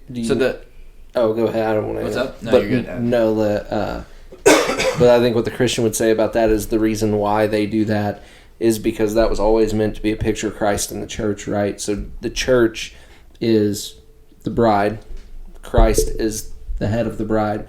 So when he takes his bride, the marriage is supposed to be a picture of the gospel. So when someone converts, it's like they've become the bride of Christ. So now they don't identify as themselves anymore. They're Christ. They take on his image. And so the Christian would say that everything you're saying right now is like their understanding, like their retroactive understanding of what marriage was supposed to be. That may be a different point than what y'all are making about the lineages. Right, it is. But because people only accepted one side as a lineage. What we're discussing is literally what he just asked: is are we following the Torah or not? And were they following in history? And when did it change? Because we know that the Christian would say it changed when the New Testament. But what gave it the ability to change is what I'm saying. Like, if they're going to start saying that now the lineage of David can come through the mother as well, then what was it that revoked what we were given at Sinai, which was the Christians say, which is what was God's word. God's word said that never again will I speak to the people of the world in this way, and if I will never change these laws, and if I do, I will come and I'll do it the same exact way that I've already done. It says that in the Old Testament. Yes. Not in the words I've just quoted. Yeah, but there's a principle. There's a principle that God made it so He said, "Never again will I reveal myself as I have." That the whole thing being that if God's going to change His word, which is what Christians will say, is that God changed His word. Yeah. Would He not change it in the same way that He gave it in the first place? He's gonna now what He's gonna do is He's gonna say. I don't think He's gonna. They don't say He changed it. They say. They do. They have to because the practice didn't meet the requirements. I don't know because I'm not. That's probably the place that I'm the most murky is like the prophets or whatever. So I don't know that for sure. But what they're gonna say is that Christianity is the fulfillment of Judaism. So it's not that He changed it. I mean, Jesus says Himself, "I didn't come to abolish the law, but to fulfill it." That it was always meant to be going this way. Now, I don't know what you're saying. Like, is there an actual verse in the Old Testament that talks about that this is how it'll only come through the male side the of father? The lineage of David? Yes. That the tribe that you are a part of is purely male. Meaning right now, I don't know what tribe I'm related to. I can't connect it. Even now, in modern day times, the only tribes that we know of are the Kohanim and the Levium. And the only way you can be a Cohen or a Levi is if your father was a Cohen or a Levi. The only way you can partake in certain ritual services, and we even do now, there's a priestly blessing where the Kohanim will come to the front of the congregation, they'll bless the people, and they say verses from the Torah. You can only be a Cohen if your father's a Cohen. You can only be a Cohen if you're direct descendant of Aaron, and Moshe. So these are things that are it follows that lineage. Moshe and Moses, yeah, sorry. Okay. And that when a woman who's not a Cohen marries into a family of Kohanim, she marries a Cohen, she becomes a Cohen. So we see that Jewish law firmly shows that you are a part of the tribe you come from. And so the whole thing is that we can see that if we look at the verses that this is the law. The question is still going to come down to, it must be that it changed if we're accepting Christian doctrine that this is how we get the tribe of Judah, Yehuda, through the Messiah going back to King David. Then it must be that we have new rules. The question is, how do we know there's new rules? Like that's the whole thing is, how do we know there's new rules? Right now, our proof right now is through one person named Paul. Listen, and I could be vastly ignorant. I'm sure that there are people that would say that this is a stupid theory, but from best I can tell, that is my thought process. Like, I know Paul was the first in the New Testament. I think he looked at stuff like, I don't even know that Jesus really existed, or if he did, it was in any capacity like it was in the Bible, because it's easy to look at something like Isaiah 53 and then make a Jesus out of it, you know? Sure. Especially when the Messiah of the Christians fits pretty much the vision of the Messiah of the Jewish people, with just like a slight like tilt, like, oh, he's God, and these things are gonna happen. But it's very slight. It's very minuscule. You can very easily like change the narrative. It's not so hard to do. So would the Jewish people accept Christ as the Messiah if Christians didn't say he was God? This is no, because he didn't fulfill the. And this is what I was going to get on real quick, just because we're not going to go anywhere with the whole tribe thing. It doesn't seem like. Why are we skipping over what he brought up a second ago about he did not the temple wasn't rebuilt? There wasn't 100% people back in the Holy Land. The things because that were supposed to be, because those are things that are supposed to still come true. They're going right when the second coming, because he failed to do it the first time. Christians say, all right, well then it's going to happen on his second coming. I don't think Christ in that moment even acted like he failed. He was like, no. But what I'm saying is not Christians, why I'm here. You guys are wrong. You don't have it 100% right. You don't know exactly what you're talking about. I've come to do what I'm doing, and then yes, a lot of those other things will be fulfilled. So I think when he comes back. We spoke about this last podcast. If I was to say I'm a false prophet, and everyone around me that believes in God is practicing the Torah, right? And the Torah blatantly states this, and this is going to happen. I'm going to say, well, you guys don't know what you're talking about. The second time I come, I'll fulfill these things, but you have no clue what I'm talking about. But look, even Jesus didn't say those things.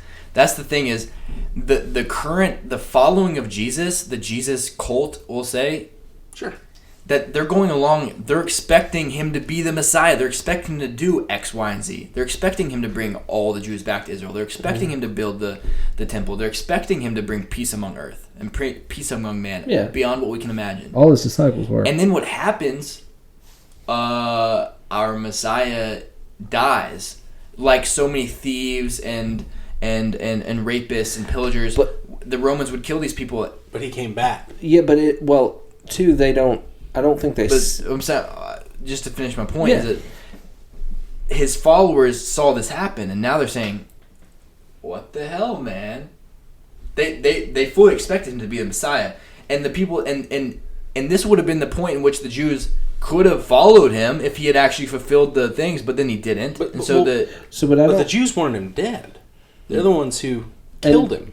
And were they not? No. That's okay. All right. The Romans killed him, but the Jewish people were the ones who asked the Romans to kill him. Even debatable. Regardless. But, okay. Are we talking about? Are we? It's hard to talk about this. The only reason I make a nuance is because it's dangerous. Only because that has been a line that has allowed Christians to genocide Jews throughout history, is because when you say that a group of people killed your God, you're like, those people killed our God, it makes it very easy to kill them. Wait, what Christians have genocided Jews, though? Because I don't think it's fair to call Hitler a Christian. No. Yeah, no. But all of the Spanish Inquisition. Was that not Muslims? No. And then and although Hitler was not Christian, German society was Christian. Yeah, but I don't know that's... You know what I mean? Like, that's not... Like, if you listen to... historically Christian... And in the church, the papacy, like the popes... I know you're not Catholic, but... Catholics have been... the Catholic Church has always been corrupt. But that's where Christianity comes from. Maybe not in the original days, but... I don't think so. Like, I think not the versions... The Christians would say that's how it was corrupted. I mean... But I'm saying, as far as the root, like... It was Christianity became to the Roman the Romans, right? The Romans through Peter? No, who is the king of the Romans? I don't know. Yeah, Palpatine. That's the Palpatine. Yeah, no, it's Palpatine.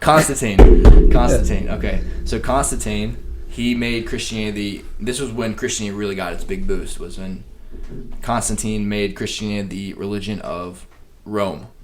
That's when it grew real big, and it began to take off. And so it began as Catholic. But that wasn't the root of it. The root of it was like the first century Christians. I think they would... I mean, aren't there like sects of Jews that you would consider zealots that did stuff that, you wouldn't... that you would say is a perversion of Judaism? It was not...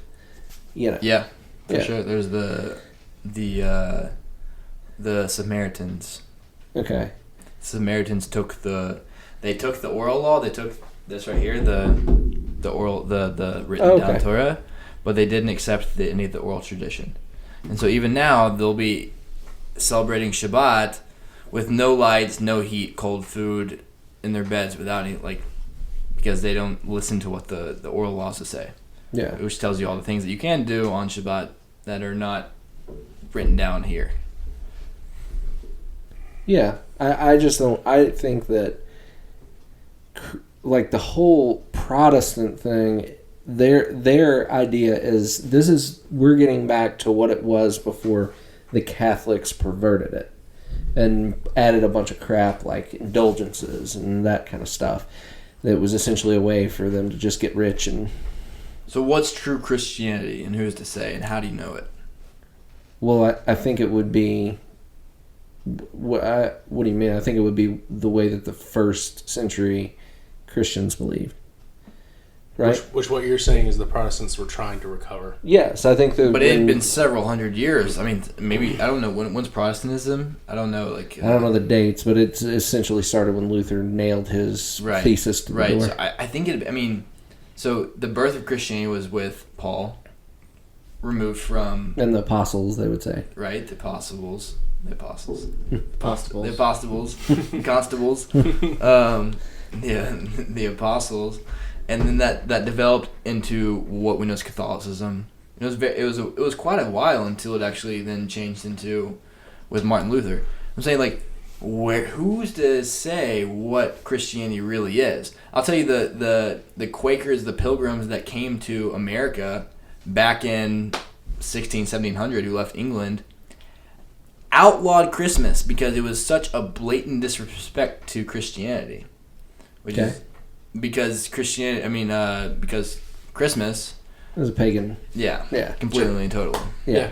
One of the funniest things, and I respect this guy. I think he's a good person and a sincere Christian. But I watched a pastor one time give I don't know what the word for this is, but he was teaching around Christmas, and he was talking about how we don't want to just meld, our beliefs with worldly things. And he was doing it next to a giant Christmas tree. And I was like, that is very ironic. That's the big question. Isn't it? What is Christianity, and how do you know it is Christianity? Well, they would say that it's what's in the canon. and that. But who can actually decipher? What is canon? Not what is canon. They know it's canon, but what is the proper way to read something like Isaiah 53? Who gets to say? Well, they're going to say interpret the Old Testament in light of the New. But still, that leaves so much space for everyone to. That's why you have so many splinter sects of Christianity, and there's a wide range of what they actually say. Many say that the Trinity is of God. Some people believe in the Trinity. Some people don't. Like, these are vast differences. People say that. I think there's Christians there's even Christians that don't think that Jesus was God, but that he is the Messiah. There's people like I'm saying it's all over the place. So who's to say, and how do you know what to follow? Well, I think they do. I think it's stuff like they've put together recently, like Together for the Gospel. Like they get together and recognize that we have differences. So some of these people may be more charismatic. You've got Presbyterians who are more liturgical. You've got Baptists who aren't really, but if you're believing the main tenets of the gospel, then they consider you Christian, even though you might disagree. And so, because isn't in Judaism, aren't there different sects? Like, even when the Bible talks about the Pharisees, the Sadducees, didn't they believe pretty vastly different things? So the Pharisees and Sadducees believed vastly different things. Yeah. Meaning the Sadducees did not believe in the oral tradition, they were that was two different religions. Like that's completely two. That would be like Reform Judaism today, and Orthodox Jews and people who believe in the Torah, because Reform Judaism doesn't believe this book is from God. So you would be Orthodox then? Yes. Okay. They believe this is man-made. So, is what we're both saying Judaism? That's what I'm saying. Within Judaism there are. Don't get me wrong, there are delineations, but there's delineations from believing that Torah is true, and those that say, yes, Torah is true, but man can do this, and then there's those that say that, no, Torah is not true, it's completely man-made. Mm-hmm. And so, obviously, what we're going to say, we're going to go back to the root of, like, what have Jews been for the last 2,500 years, 3,000 years, and that is that following Torah and the tradition that's developed along with it. And there are specific laws that you can't deviate from. There are specific rules that you can't just like. Yeah, I think everything you're saying the Christian would say too. Like this is our canon. You can't deviate from stuff. There are things in there that we think, might be interpreted different ways. So like, we're not going to say this person is a Christian because they speak in tongues, or this person isn't one because they don't. But like the main hard line of the gospel. So, like, they don't consider Unitarians that don't believe in the Trinity Christian. But who gets the say? The Bible. They would say that because the canon teaches it. Who has the right to the Bible?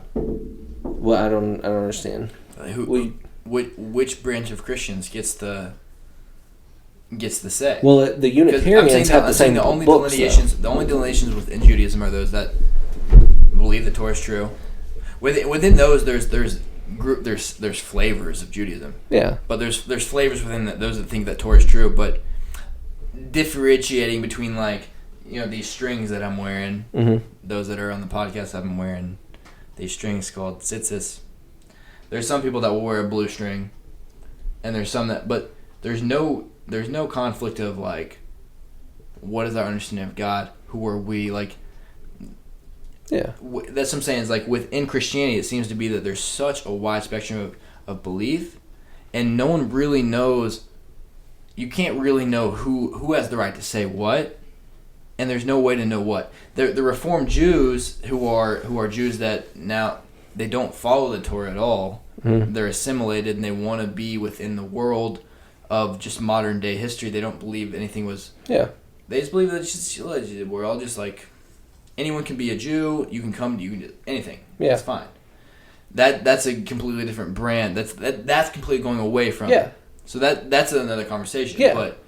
But I think that's what Unitarians are. I think that's what Mormons and Jehovah's Witnesses are, because they're not following that book. Like they can say they are, but a plain reading of that book is like, no, dude, you're not following this. You've made up stuff. Yeah. Which is what you're saying about these other people. Yeah, there's different flavors. Right. Yeah, right. I think it's similar.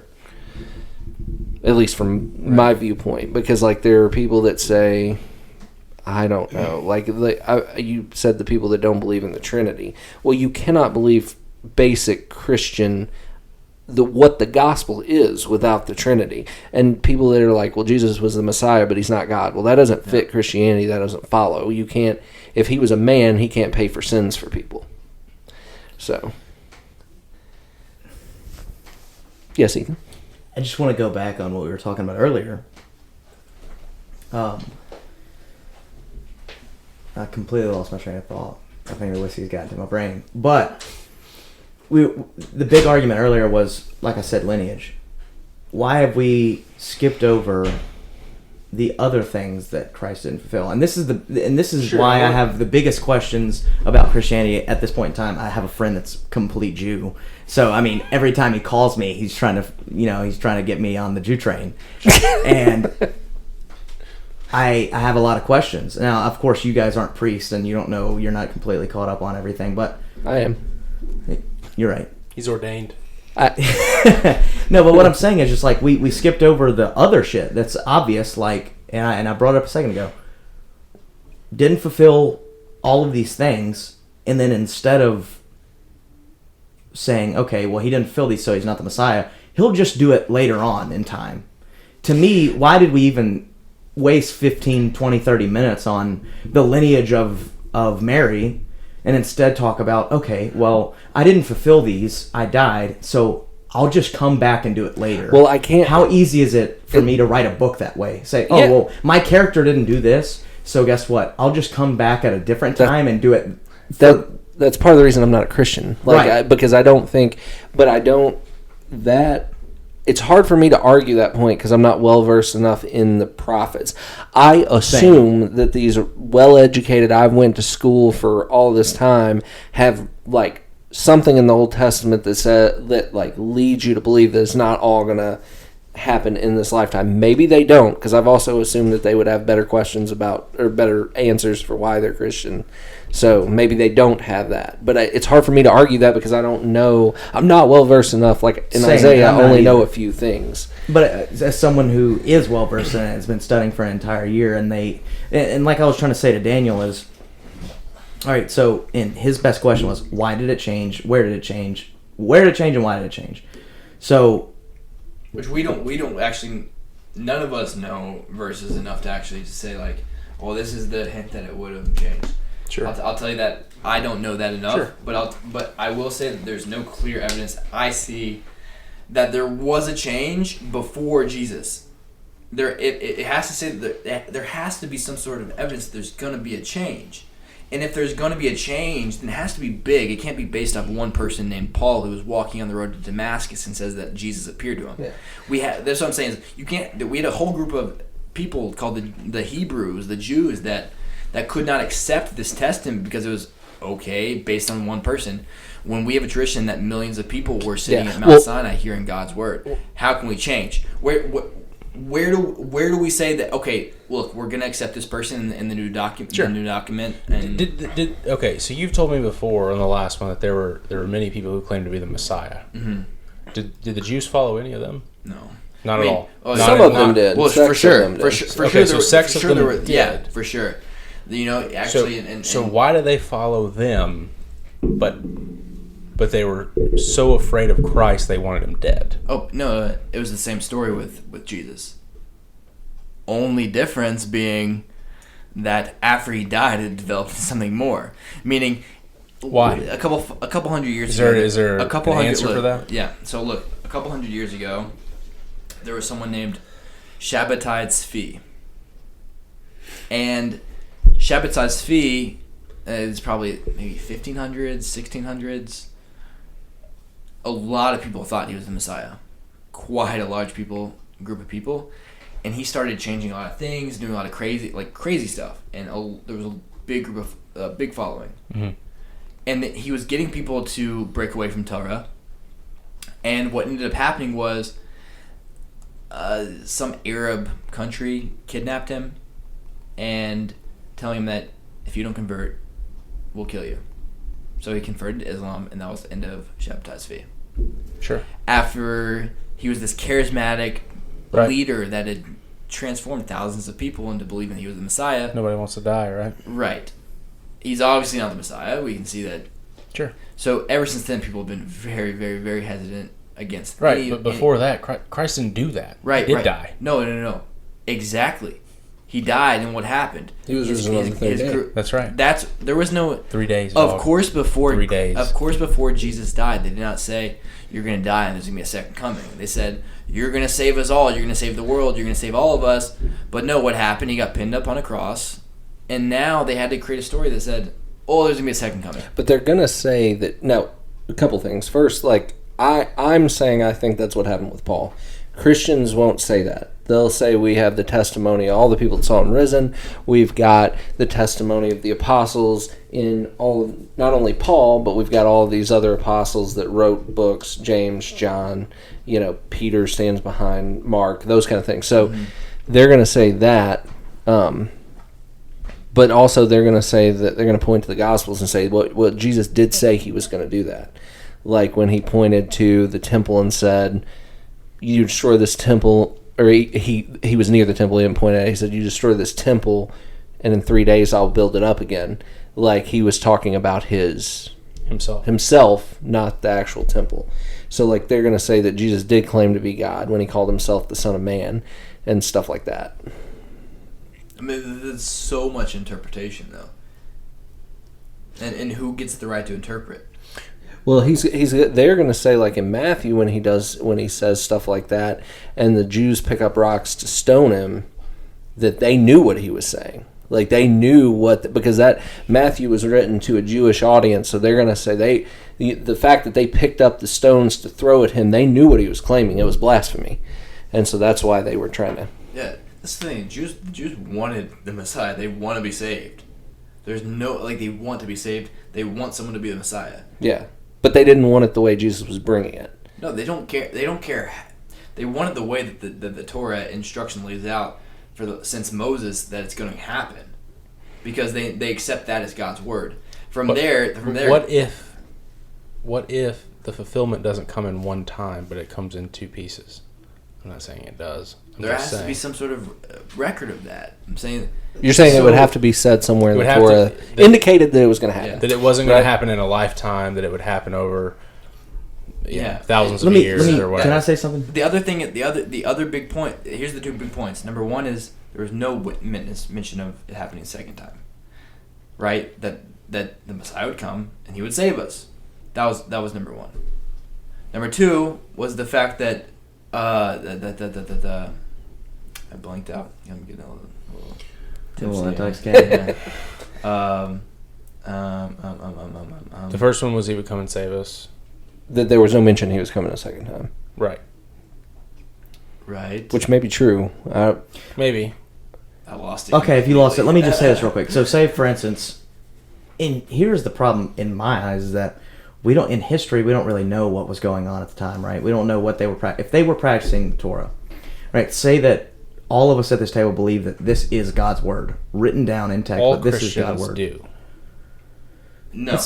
No, they don't, one. And also, I'm just saying, it has nothing to do with any religion right now. What I'm saying is the word of God. But within their own context. I'm saying, if you read this even its literal meaning when you reread, there are certain things that the Christian faith would have really big shoes to fill if they tried to explain why that's not the case. What do you mean? Yeah. So give an example. Let me go on with my point for 5 seconds. I hate you. Why do you hate me? Go ahead. I'm just kidding. Let's get back on religion.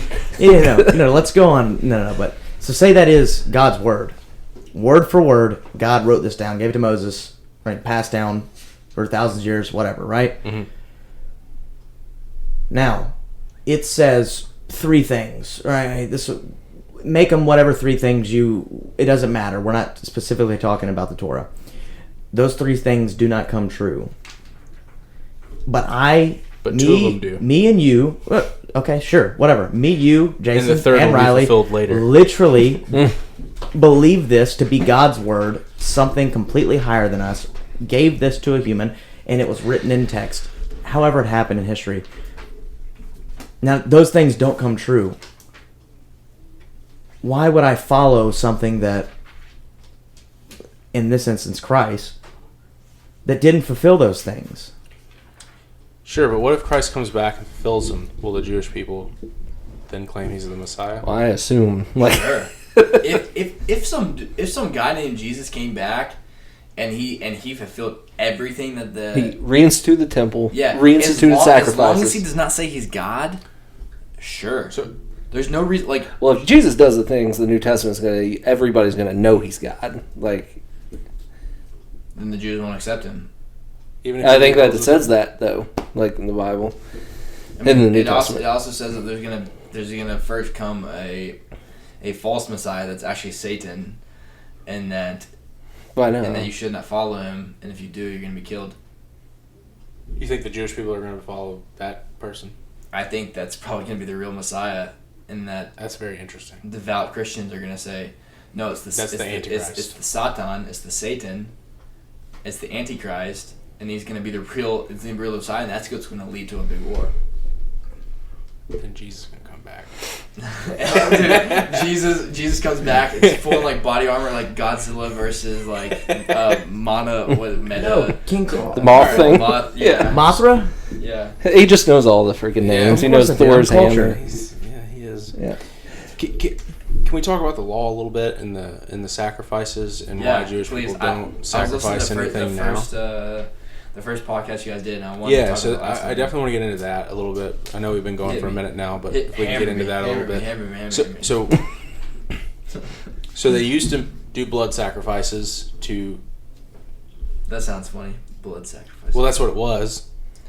Christians need a blood sacrifice. They just needed it to be Jesus. Perpetually. It's all weird. But, okay. See how it was very Jewish of them to say that, oh, he's going to come back. Oh, and this was his blood sacrifice because we were used to sacrifice. It's a very, like... I think it's all kind of pagan blood magic to me. But sure. But anyways, okay, so the Jewish people sacrifice to fix their sins against God. They haven't been doing it for the last 2,000 years plus. Mm. How are they upholding the law, and how are they fixing themselves in the eyes of God? And if it's because there is no temple, first of all, the ancient Jews didn't have a temple. They built altars. And secondly, let's say the temple does get rebuilt one day by the Messiah. Do you have a backlog of sacrifices that need to be done for all the Jewish people who haven't done them over the last 2,500 years? Or are those people not redeemed based on not doing any sacrifices over that time? And do you, as a lot of questions in one. Yeah, sure. About 8 questions. It's fine, but what I'm saying is it all kind of ties sacrifices together. Sure. What's going on? So any Jews that are still left, can you hit a deer and be relinquished from your sins? well, of course not, because a sacrifice has to be something you're giving up, something of value to you. Yeah, my headlamps, Headlamps. Sure. Yeah, it wasn't the deer. But yeah, so well, let's define what a sacrifice is. Yeah. So it's not just giving up something; it's giving up something of value for something of less value. Well, and it's also not necessarily less value. So many things have been asked right now, and so many things have been stated. I want a question, and we'll go from there. Okay, ask me sure. Question. How I guess essentially, how do Jews view sacrifices? Yeah, so what we actually secretly do is we go out and we. Okay, so getting into the esoteric version of everything, right? Yeah, we're not talking about Bilderberg. Yeah. No. So, essentially, the ideal version is that we had the temple, and that we 3 times a day have sacrificial services. There are different types of services. This is a very complex topic that I'm not so versed on because we don't do it. So anytime I learn about it, it's hard for me to really tune in and understand what's going on.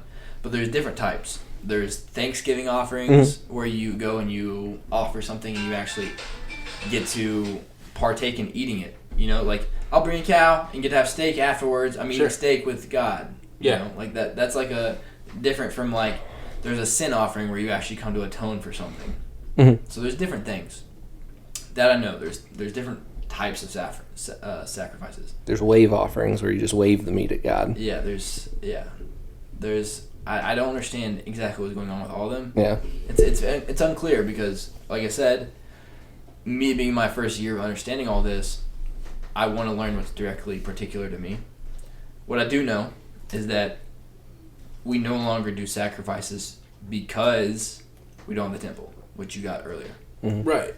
But that still doesn't answer the question of... What do we do instead? Is there a backlog of... But Jewish people were making sacrifices without a temple well before there was a temple. They were building altars and sacrificing things to God way before a temple was ever built. So why not now?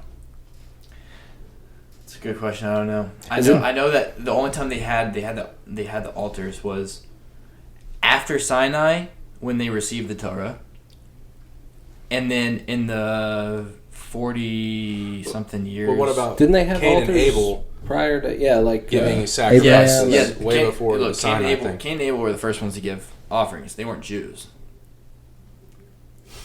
What? Okay. Really? So when did Judaism... Did it start with Abraham? Abraham. So what are they? So every human on earth we say is Ben Noach, a son of Noah. That's why prior to the chapter of the Jews it begins the specifics. So before the flood doesn't matter, is what you're saying? No, it does. It does. They weren't Jewish. No, it does. It matters to all of the world. Yeah, it matters, but they weren't Jewish and weren't held to Jewish principles. Yes, we do hold that there are different standards, and that there are different laws for a Jewish person than there are for. But wouldn't you say that the sacrifices after the flood came from the pre-flood rituals of, say, Cain and Abel? Hold on, that's a lot. What? So they were sacrificing before the flood. Cain and Abel did this. Yes. So wouldn't you say that the Jewish principles of sacrifice came from the pre-flood people, which would be the Cain? Well, they were doing it. Yeah. And they continue to do it That's afterwards. a great idea. They said that, look, you're a created man. They're sons of Adam that were born, and they wanted to worship God. There was no laws. There was no... These are people who were trying to give to God. How do you give to God? Mm-hmm. Right? You take the best of what you have, and you say, this isn't what my life is about. You take the most important thing of your life, and you say... And that was actually why... which one was it that killed who? Cain killed Abel? Mm-hmm. Cain, Hevel. So Cain killed Abel. And it says that Abel was the first one to... No. Cain was the first one to bring the sacrifices. Cain brought the best of his... he just brought his crops, right? Mm-hmm. Gave them to God. And then what happened? Abel, he brought the... It says I could... He did the blood sacrifice, which is what the Jews held to afterwards. It's not specifically that it was blood sacrifices, it was his first fruits, but that there was a difference between the sacrifices that they brought, meaning that Cain got jealous because God found favor in Abel's. But why? Because when it Abel's first fruits and it was Cain's, I think that's what it was. So it didn't have to do with blood. It had to do with what was the best.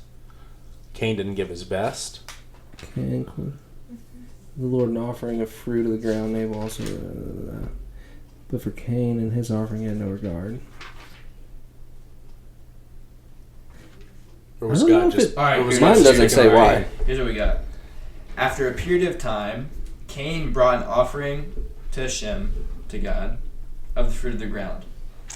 And as for Abel, he also brought of the firstlings of his flock and from their choicest. And the fat, So it was the best. Yeah. Meaning, so Cain didn't bring the best. This is important here. This is the difference between someone who worships God and there's someone who and his essence of his life is God. He brings the best of what he's got and says, "My life is nothing without you." Okay. And so what happened is, this was all still pre-flood. This wasn't Jewish people. Sure. Why did the Jewish people adopt this? I don't know if it's that they adopted it, that it was part of what the people of existence had been doing. Sure. So were the pagans. They were making blood sacrifices to their gods. Yeah. Specifically humans. Not only humans. Yeah, but humans being the highest. Mm-hmm. The Christians did it later. They offered up Jesus. Yeah. No, he died, and they said that he was their sacrifice. But that's my thing. What exactly is your question? Yeah, I get like there's a lot going on. There's a lot of good questions, and I want to answer them, but then they get mixed in, and I can't. Sure, yeah. So why did the Jewish people not do it today if it was something that was so important back then?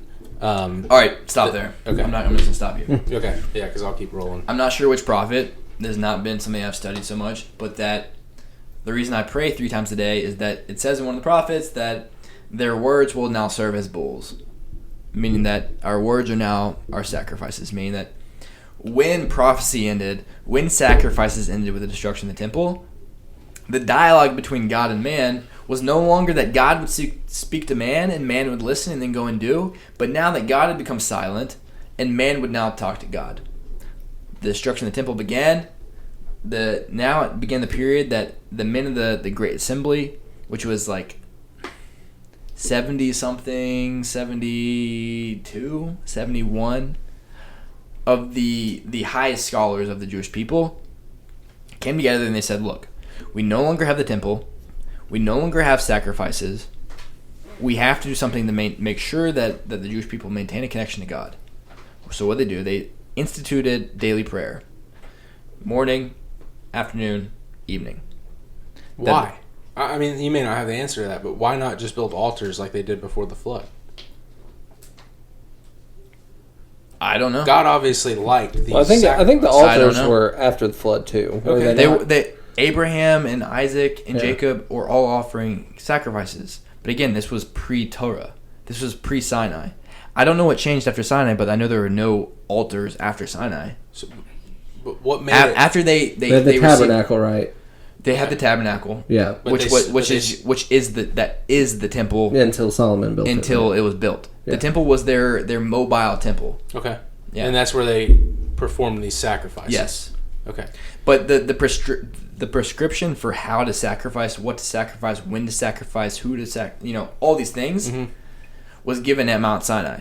Before then, you had Abraham, Isaac, Jacob. Even before then, Cain and Abel, who in their desire for a relationship with God, completely unprescribed, would sacrifice animals. Or if you get down to Judges, one of the dudes sacrificed his daughter because it was the first thing that ran out of the house. What? There's a chapter in Judges, and I could pull it up and look, but there was this guy that he was like a leader of the military, and he was wanting to win this battle. And he prayed to God and said, God, if you let me win this, I will sacrifice the first thing that runs out of my house to you when I get home. And I don't know what he was expecting to run out of his house, but it ended up being his daughter. So they went, and she went through a period of weeping for her virginity that she would never marry, and then he sacrificed that girl to God. I don't know. I haven't read. Yeah. But the idea that there's, if you're saying in Judges, which would be in Jewish post-Sinai history, that Jews were sacrificing humans and that wasn't presented that it was. That wasn't a practice. Like that wasn't like God. But even if it wasn't a practice, that we're saying that was okay what he did, and that the rest of the scripture goes and say that was like a commendable thing that he did what he was. I have to know more about. I don't know. It didn't really. I don't think it comments on it. I don't know about any of that. Yeah. But I'd be happy to look into it. It's fascinating. Yeah, I can find it. It's somewhere in Judges. For sure. I can't. For sure, it's fascinating. I don't know. Okay. All right. So now we use our words. Yes. Instead of sacrifice. The prayer services. But we're still missing out. We're still. I'll tell you, we're still missing out. So you're still missing out on the full version of what it could be. We're missing out. Okay, so when the temple is rebuilt, sacrifices will return. I believe so. And there's no reason to make up for what hasn't happened in between because the prayer thing. I don't think it's because God's merciful. He understands what we're given, what we have. Yeah, but if there's a law, there's a law. Yes. But what's the law? So what's the law? So when did it change, and why do you get to change it? It's the same thing as when did it change for the New Testament? Sure. Like why do the Jews now get to say the law isn't what it used to be because ABC? Yes. You see what I'm saying? So now you're asking, what authority do humans have on the Torah? Okay, yeah. That's the question you're asking. Sure. Which is that Moses, when he received the Torah, was given, like I was saying, the oral Torah and the written Torah, which is the 5 books of Moses. The oral Torah was not committed down into writing until the Mishnah, which was in like 100 Common Era. But prior to then, the last 2,000 years before that, until Sinai, there was an oral tradition. Within that, Moses was given the ability to give smicha. Smicha is what it really translates to leaning on, that he would lean on someone and now he's given the tradition. So Moses gave smicha to who? Joshua, Yehoshua. Yehoshua, we have this going all the way to where we are now, gave smicha to, I don't know the names of the people, but you can go and look at these things. You can trace it back. Okay. Yes, so he gave it to this people, these people gave it to these people, and then these people give this, and we're going through history, and then we actually see and at a certain point where we actually got so far and so confused from Sinai, where we actually had our first argument. Before then, Moses knew all of Torah. He knew it all, and people would come to him and ask him the answers, and he knew the answers. It got, after so long and so much persecution, a lot of confusion began, and it began in small places, but the cracks began to... So it's the telephone game. As you pass it down, it changes a bit? No, it's a popular argument. I'm just asking. Yeah. Please. I'm saying, I asked the same questions that you're asking me when I got to yeshiva. Uh-huh. I'm telling you, I went in there like trying to rip this thing apart. The game of telephone, it's the exact question I asked, which is that how is it that you could possibly have whatever the Jews are doing now? How could it be that it's anything related to what they were doing 2,500 years ago? Even we're accepting that, okay, maybe what the Jews were doing in the beginning was true. How do we know what they're doing is now is valid and good? That is a great question. Number one is, when have you ever had to play a game of telephone where the information given to you was as vital as your very life? Meaning, if you had someone who you told, there was a doctor, and she told you that in order to keep your cousin alive, your sister alive, mm-hmm. whoever alive, you have to give her this, and then after 15 minutes, you give her this pill, and then she lays down on her back for this long, and then after that, she stands up, she takes a walk outside, she gets the mail, she goes and drinks a cup of Kool-Aid, whatever it is, you go and if you have to tell that to 7 people, what is the likelihood that when you get to that other person at the end, that it's going to be the exact same? When you say, my sister's life is on the line, listen to what I'm saying. So that's number one, is the gravity, yes. The gravity of importance. The problem is when those people go to relay that to someone else, they don't have the same. Well, you're assuming if I care about my sister, right? Yeah, it's my sister. I'm gonna make sure that who I tell gets the message, right? But those other people, that's not their sister, right? So it's not quite as important to them. It may still be important. Maybe their friend.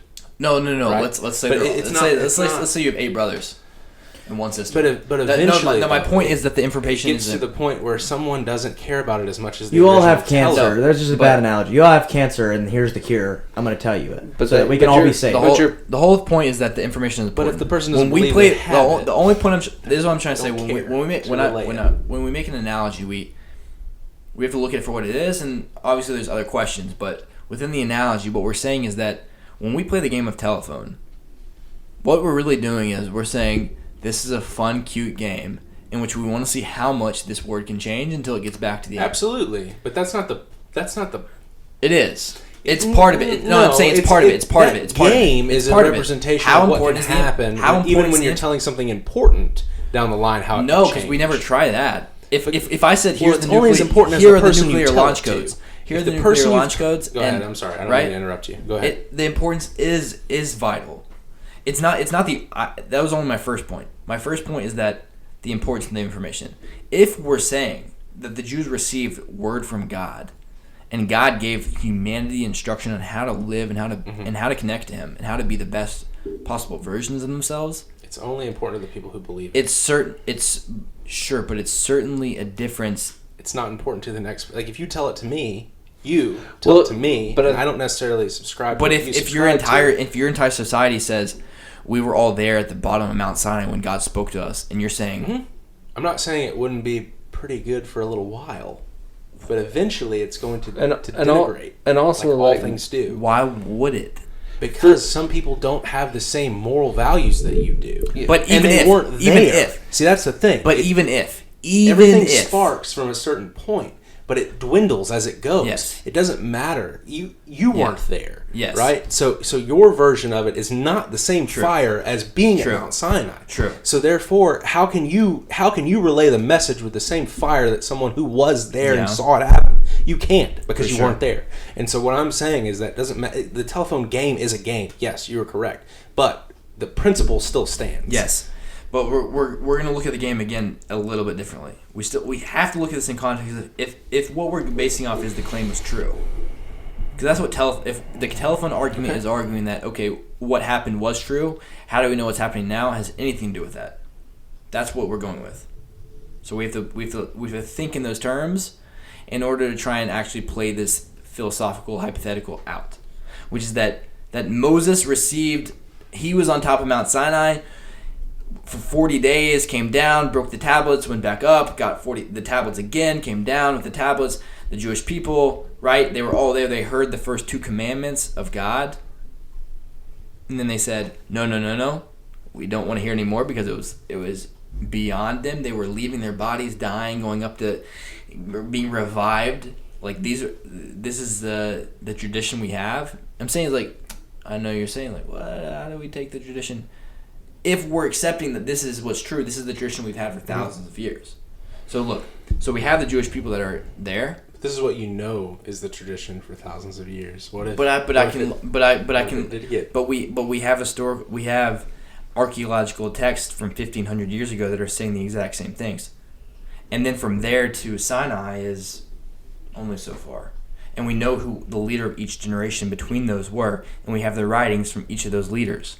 There's no gap. There's no gap between, and we can read the historical writings of those, and we can say, where did it change? That's also one thing is saying we have an unbroken tradition going all the way back to Mount Sinai. Do you think interpretation can change? Of course. My interpretation so that would be where I'm going. Like you can say the words, but it's how people interpret them or how much they care about the words. You're right. Okay. You, me, any of us walking in and reading this stuff, learning, have our own interpretation.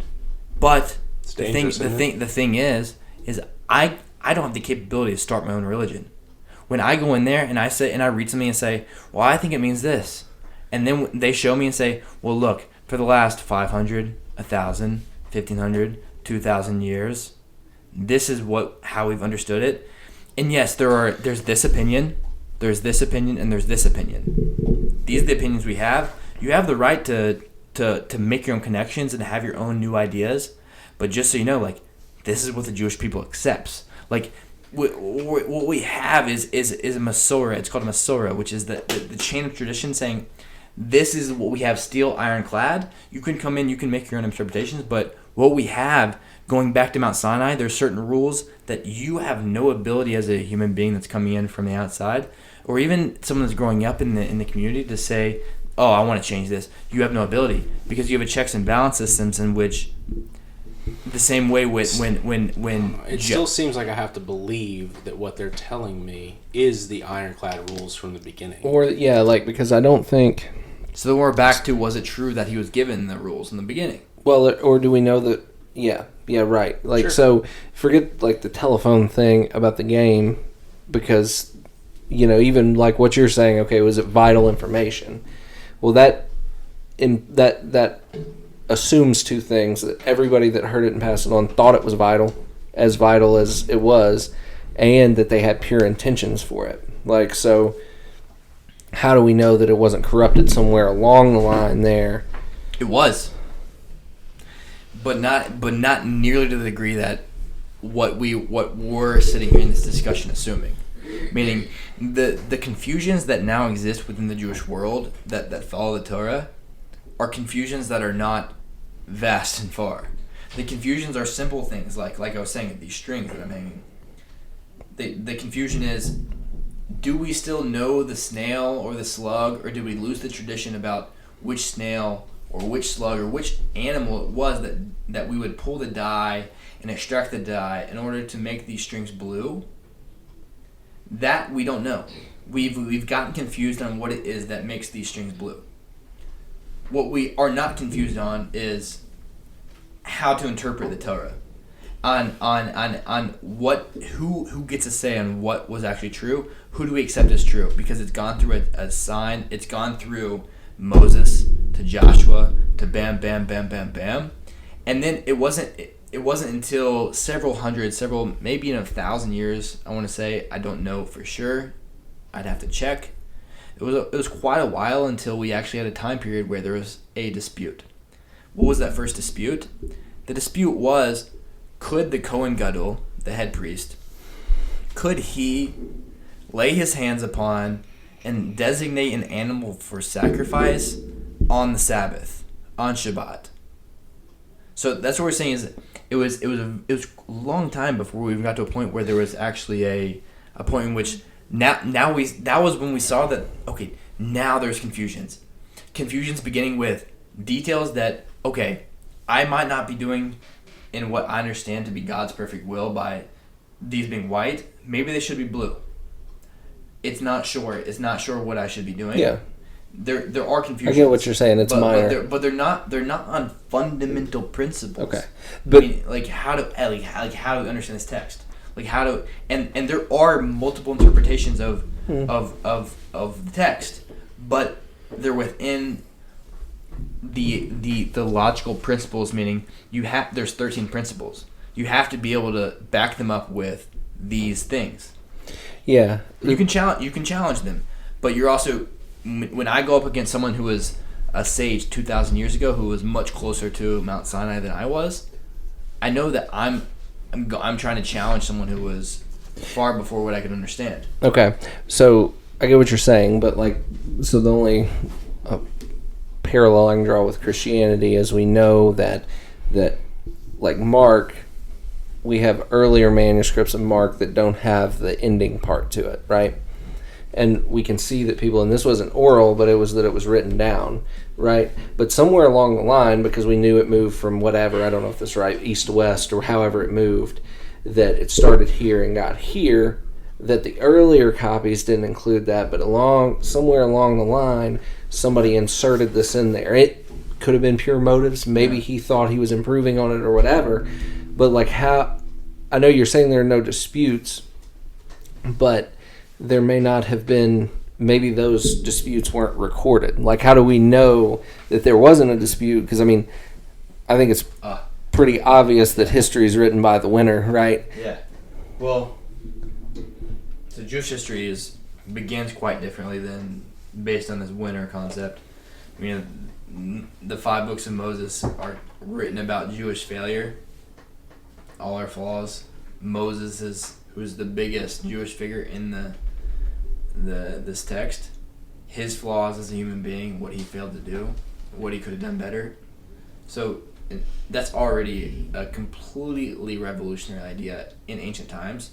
The fact of recording your failures was, you look at any society from Rome to Greece to China to Japan to South America, they're not recording things they messed up on, right? They're recording about their conquests, their successes, and that's one of the big things people talk about how do you know the Jews left Egypt? The Egyptian pharaoh at the time writes nothing about it. You mean he writes nothing about a slave people destroying his people and leaving? Who was writing about that kind of thing at the time? The winners. Right. The winners write the history. That's number one. So this was a historical document, the fact that it wrote about the failures of the people that it was, quote unquote, indoctrinating, if it were.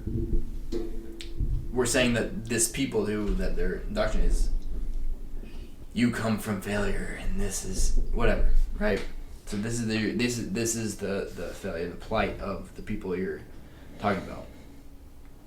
Your other question, which was, remind me, that the you were talking specifically about the development of the change of the actual written document.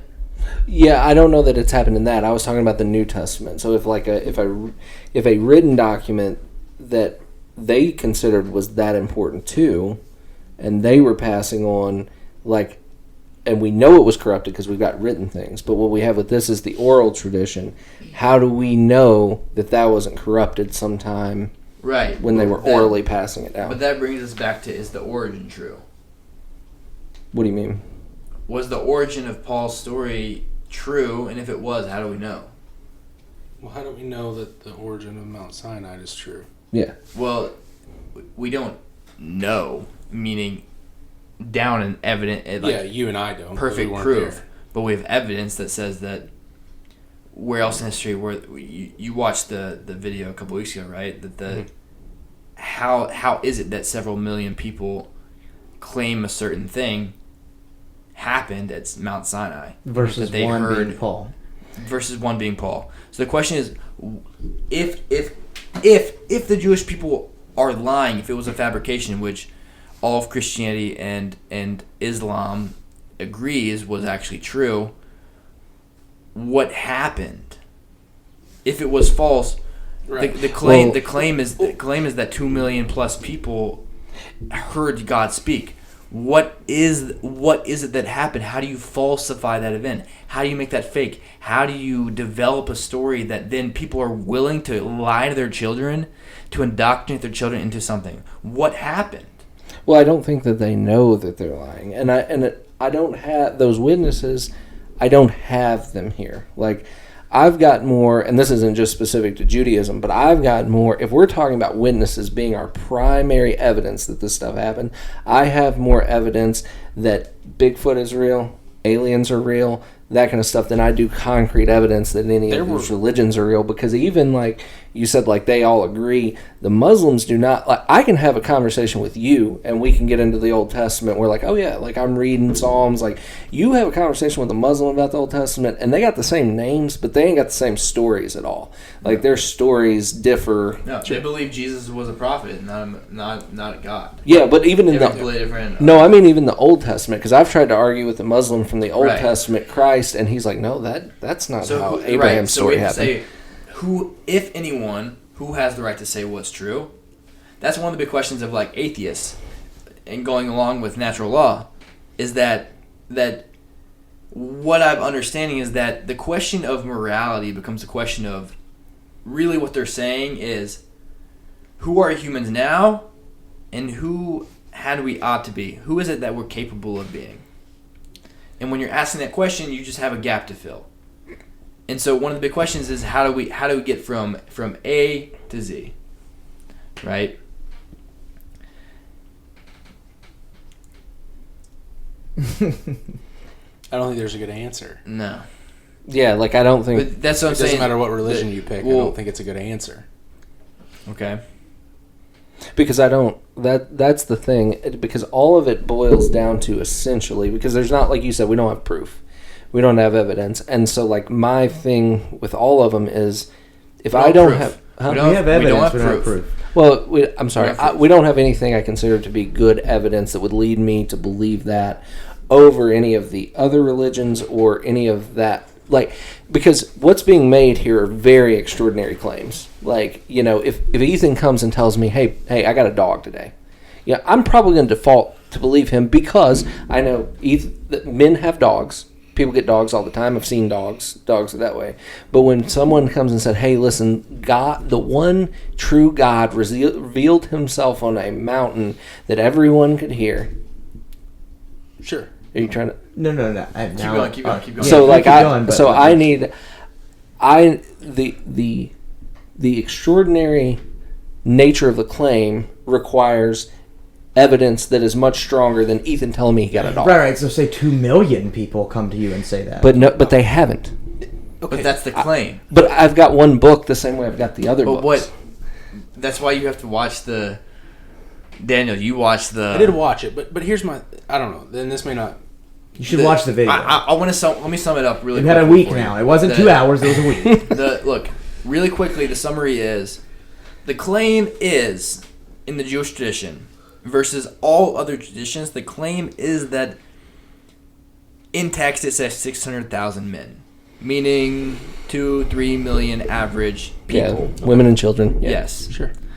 Were present at Mount Sinai. Is it possible that they misinterpret what they saw? We'll get there. We'll get there. Something. Let's get there real quick. We'll get there. What's the claim? No. Hold on. Let's get there. Wait, hold on. We have to lay out what is the claim. Okay. The claim is that 600,000 men, roughly 2 million people, heard God speak. I can pull out the verses right now that talk about them hearing God. They hear the first two verses. I mean, the first two commandments of the 10 Commandments, and they say, "Moses, you go up and do it for us because this is too much." In tradition, what's not written here is that manifestation of God was making them leave their bodies, die, go up and go back, and then come back into their bodies and revive them. It was too much. They did not want anything to do with it, right? I smoked some spice once, and I definitely came out of my body and looked down on Same. it once. Okay, you convinced 2 million people to do that. Okay, so So that's the claim. I want to touch on let me just lay out. I'm going to lay out the claim, and then we're gonna talk. Wait, about let Jason speak first. No, I just want to. I guess how much. So that's the claim. Christianity's claiming that. I have to look back at the thing, but I think it's like 1,500 people saw the risen Christ. What's the proof? What's the evidence? What's the book? Same thing as yours? No, but we Acts. we have. This is the book that 4 billion people accept it to be true. What is the? I've heard this from someone, but in what I've looked at, I have not seen who or what says that there were people witnessing, and what were they witnessing. They saw Christ after he was risen, and then in that book, also in Acts, they actually see him ascend, and then they see the apostles speak in a tongue that everyone else can understand in order to preach it. And so who wrote that book? Who wrote Acts? Luke. And Luke was one of the apostles. Yeah, but I don't understand how this is different than the Jews writing that book. Hold on, but was that after? Oh, because we pass this down. Meaning this is the origin of the faith. Meaning if I were to teach my child, and I say to my child, look. So you're saying it's more relevant because it's older, and more people believe it. No, because we can go back older into other religions. Well, let me ask a question. Because Judaism is based on this origin event. Let me ask a question, please. So is the. Just let me ask a fucking question, goddammit. These two are gonna fight before it's all. It's gonna happen. It's gonna happen. He's gonna come out. You better move that. He's coming over the table in a minute. I get you. And then our was Luke after Christ? Was Luke written after Christ? Right. Was this after Christ had already died and everything else? Yes. Okay, so what he's meaning by the origin is that this was started from the origin of when it happened, not 35, 40, 50, 60 years after it happened. No. That's not the same thing, though, because Luke wrote after Christ, right? But Luke had, I don't remember which apostle, was standing there with him saying, this is my record. Because Luke wasn't there. Was it 1,500 people standing there with him, or was it one person saying 1,500 people saw it? I don't understand how y'all think this is a different argument. I don't. It isn't a different argument. Well, look. It's the same argument. No, I'm asking a question, and I want it to be answered. I'm ready. I'm not so versed on Luke. Okay. Luke was standing with an apostle who claimed, the apostle claimed 1,500 people saw Christ rise, right? Yes. Well, that was, yeah. Okay. Okay. That's the answer to that? That he was standing with an apostle, but this was within the lifetime of all of these people. And so presumably, the same way he's presuming that there were these 1.2 million people, 6 million. No, 6 million is the people. I think he said 6 died in the Holocaust. Ethan, I'm gonna hit you with this microphone. Fuck you. No, I'm asking a question. I don't know. Yeah, I hate you. Where did the come from? I'm asking myself. It would be the equivalent of me interviewing a man who saw the Phoenix Lights. There was a few million people who saw the Phoenix Lights, right? And you could have created anything you wanted around that. And in 2,000 years, there may be a religion fucking around that. Right. But it would be like me today taking an eyewitness account of someone who was there to witness the Phoenix Lights, which were a bunch of lights that flew over Phoenix that nobody understood or knew what the fuck was going on. Millions of people saw it. It was a phenomenon. It happened in our lifetime. But go on, let him keep going because I'm trying to catch on to this. It would be like if I interviewed that gentleman and then wrote down his accounts of everything that happened, would be the same situation as right. Luke But are we? So hold on. What? So exactly, are we writing down now? It's different from the account that he's talking about at Mount Sinai. We're not writing down one account. We're writing down millions of them, and we're able to trace them back. The millions of people that saw the right, and is that more credible than one fucking person talking for millions? Answer that question, Ethan. That's is it more credible to interview millions of people than interviewing one person to talk for millions? The answer to that is yes and no, because the answer to that, the reason it's yes and no. We're talking hypothetical right now. I understand, but I'm answering the question. Yes or no? Yes, but I'm saying it's partly yes and partly no, because is it? Yeah, because is it? Yeah, I get what you're saying. Like all these people saw this thing, right? Right. And so, yeah, they may have a bunch of different interpretations, but at least we know that thing happened. Like, because there's a million people saying it that we can talk to now. But with Mount Sinai, with Christianity, we don't know that Christ rose up. We don't know that happened because we can't actually put hands on anybody that was there. We have the same accounts. No, we just have more people. So what your argument just was is that... No, it's not just the difference between a group... The numbers. It's not just the difference between 1,500 and 2 million. Okay. It's not just that. The difference is that this is the origin of the religion. Meaning... If I'm a Jew that's at Sinai, and I say I'm one of the people, one of those 2 million that saw and heard this, and I'm telling my child, I saw and heard this. Here are the laws of God. Moses is our leader. He's still alive. Bum. Right? It's developing out of this. Like, this is the origin of our religion. How do we falsify this? Whereas in the Christian tradition, when you have a group of people following Christianity, you follow them, right? Jesus dies. Now you have a group of people, and you have one person who was there who says that 1,500 people, if this is true, that 1,500 people saw this, right? He writes this.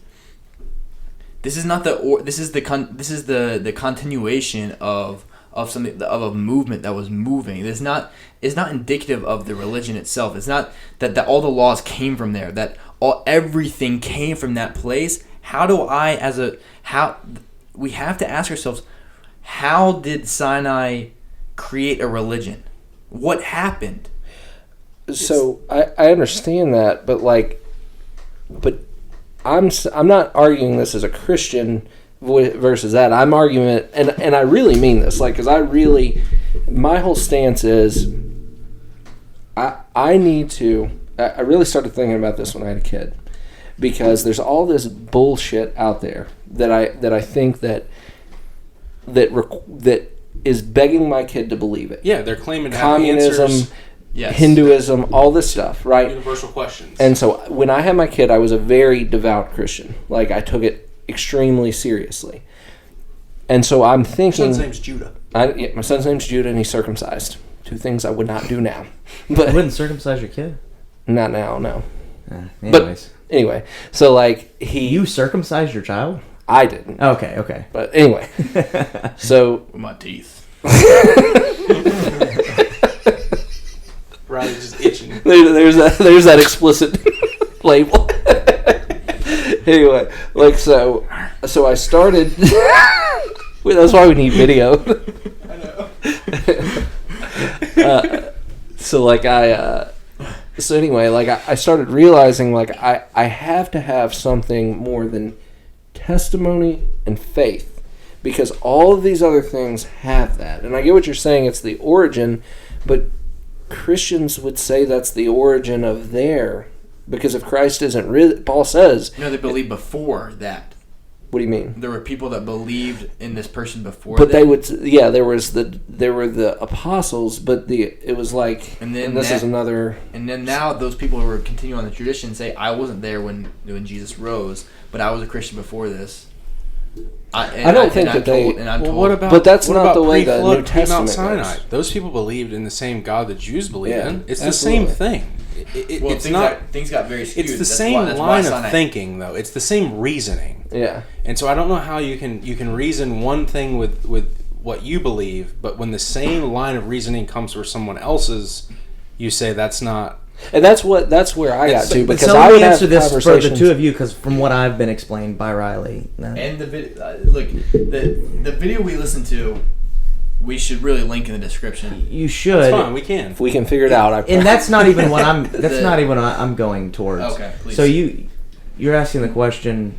I already forgot, but listen. I want to watch that video. Like I didn't watch it this week because I completely forgot about it. But because what I want is to believe the most true things that I can. Yes. If it's Yahweh, if it's Jesus, if it's Islam, whatever it is, if it's true, that's what I want to believe. But I need a reason why I can, why I can defend that to my son and say, reject feminism, reject communism. Which is one of the proofs of Torah, which is, why would you pass this on to your child if you didn't know absolutely that what you saw and heard?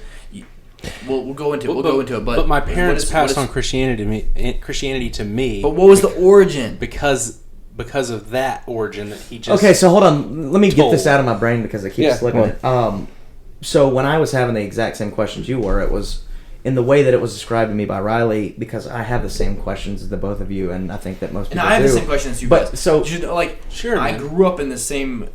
I didn't grow up as devout Christian as you guys did, but I grew up in the same world. Right. So the answer to the question that I had was, we can trace this back from Moses to me now, Riley speaking. I can go back and back and back all the way. How many is it? 30-something generations? 80.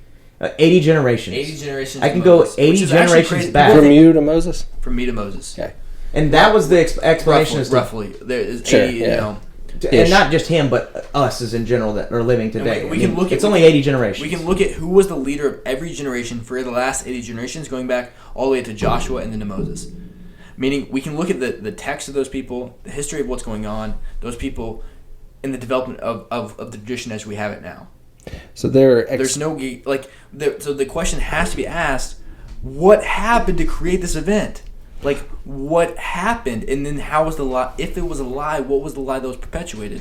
Before we get into if it wasn't a lie, it would be a misunderstanding of what was happening. Okay, so I want to get into that too. Man doesn't quite understand the same things we understand today, and misinterprets what they're seeing. Speak go. Let me talk for a second. Yeah, I'm sorry. No, I wanted to get on that for a second, but before you asked the questions you were asking, Riley, like I said, the best way it was described to me, and before I had any answers, was we can trace this back. So then, of course, Riley can't answer this because he didn't do the research to trace it back all the way to Moses and Mount Sinai. But there are Jews that live today, or that one of the foundational texts of Judaism is called Pirkei Avos, Ethics of Our Forefathers, roughly translated.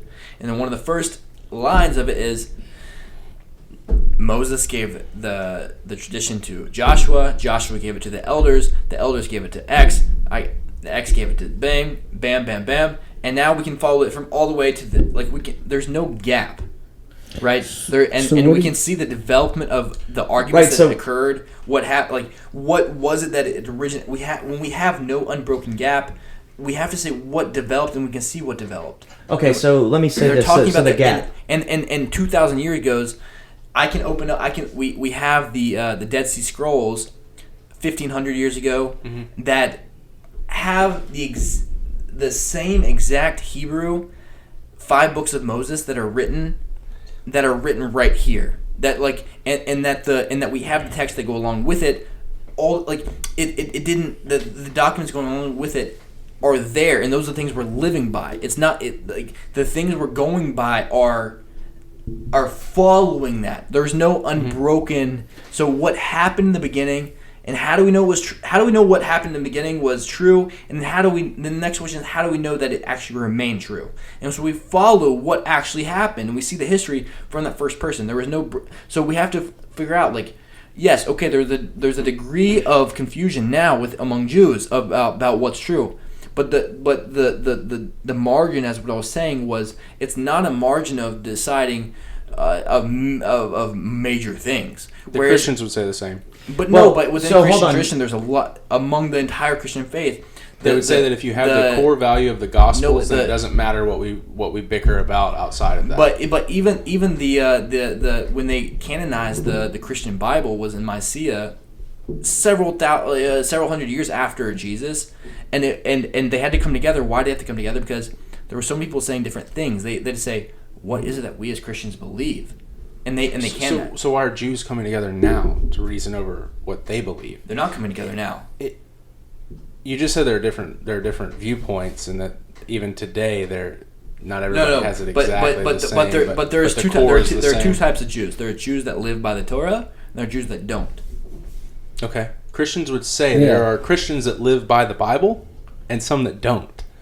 It's the same. It's the same logic. It's the same reasoning. Can I say something real quick? Because we're literally falling back into a loop right now. Because it's the same reasoning. Right. So we are looping. I don't know where the flaw is, but we've already connected this real quick. Let me just say back to the question we were talking about with Mount Sinai. What? It was explained to me. Oh yeah, you want one? Yeah. It was explained to me that we can follow it back 80 generations. Now, when it comes to that say that solidifies that Mount Sinai happened. All right, when it comes to Christians and 1,500 people, supposedly by one man, spoke for 1,500 people saying that we saw Christ rise. Mm-hmm. There's a gap there, right? There's a guy speaking. We might be able to. Is there though? Or hold on. Trace it back, or was it that the Jewish people put more weight on lineages and keeping track of this, and other people may not have, or maybe I agree. Maybe it's because you. So let's say that they did that. Technically, trace back anything if you wanted to, but there are things that happen in history where things get broken. So to me, that's what separates. You're saying that free will exists. Well, stop real quick. Just stop real quick. You asked a question. So I believe you're just going off on some other tangent that we're not speaking about right now. So, for instance, it's a line of logic. And what you just said is so. Can't we all trace that back? To me, Judaism is unique because they can trace it back. Where can Christians trace back the 1,500 people that saw Christ rise? They can trace back to one man who spoke for those 1,500 people. You can trace in Judaism back to the 2 million people that heard God speak. No, because you're saying that. But they can do that. But we've written it down. That logic is the same as me saying, well, you're just trusting Moses. And these other people affirm that what Moses was saying was true. No, because they were all there. Yes. The entire nation was there. And so were the other 1,500 people. But the 1,500 people don't speak. The one guy speaks for them. Moses is the one guy that speaks for the Jews. No, because the 2 million people heard God speak. And so did the 1,500. Moses isn't. Hold on. It's the same line of reasoning. No, fuck! Daniel, listen for half a fucking second. That was quite the... Listen to me. Now, this is just my interpretation. I'm not saying that I'm right. This is logically what I'm thinking. And it's not one guy. Right, hold on. So Moses didn't tell the 2 million people, you heard God speak. And neither the did 2 million people. The 1,500 were there and saw it. The same Who as said the that? 2 million. From what Jason told me, one man said that 1,500 people heard God rise. Moses saw said God that rise. 2 million But Moses wrote that, right? He wrote the first 5 books. That's what y'all... Yes. Okay. So one man is saying that. And perfect. I didn't even think about that. I'm on your page now. Did only Moses say that 2 million? Or did we track it back? Well, I'm saying we can't... Who's listening to this guy, Moses? Well, yeah, but who was listening to the apostles? Look, 1,500 people saying that one person saying that 1,500 people were there, and the difference between the entire origin of the people that I'm following, there was no one outside the faith that wasn't there. That what happened there was what they then passed on to their children.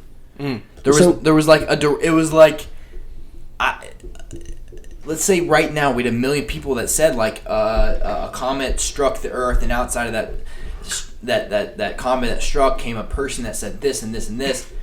All those people were then told, teach this to your children.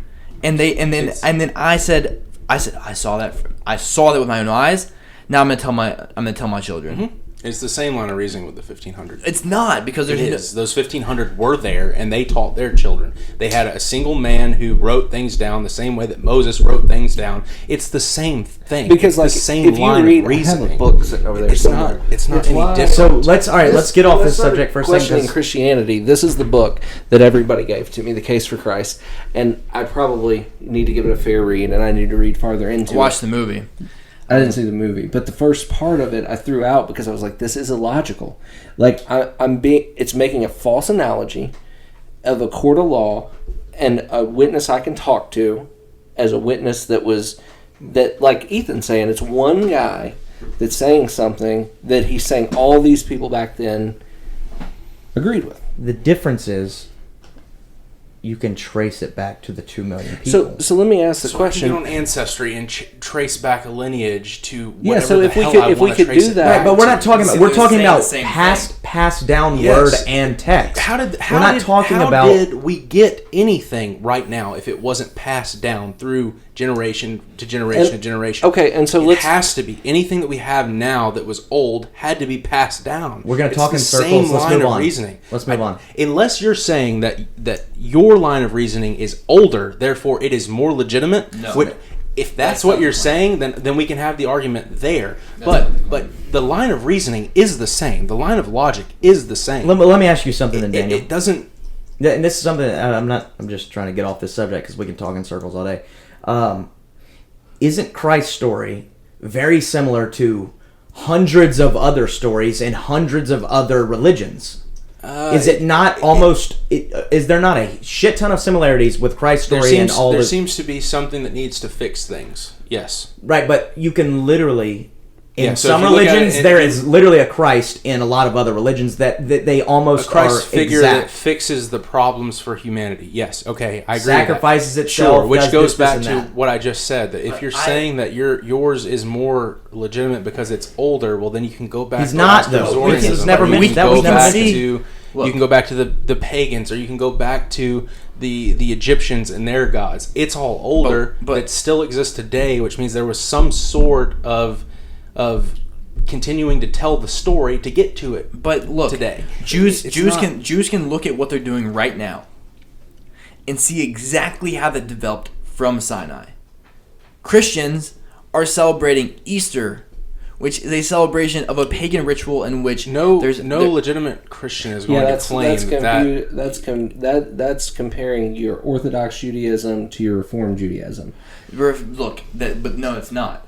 Reformed Judaism does not accept this as God's word at all. They think the entire thing is man-made and that it's a moral document. Okay, well then what about the Samaritans that think that, but they reject the oral tradition? The Samaritans are a group of now like 1,000 people that say that there's no oral law.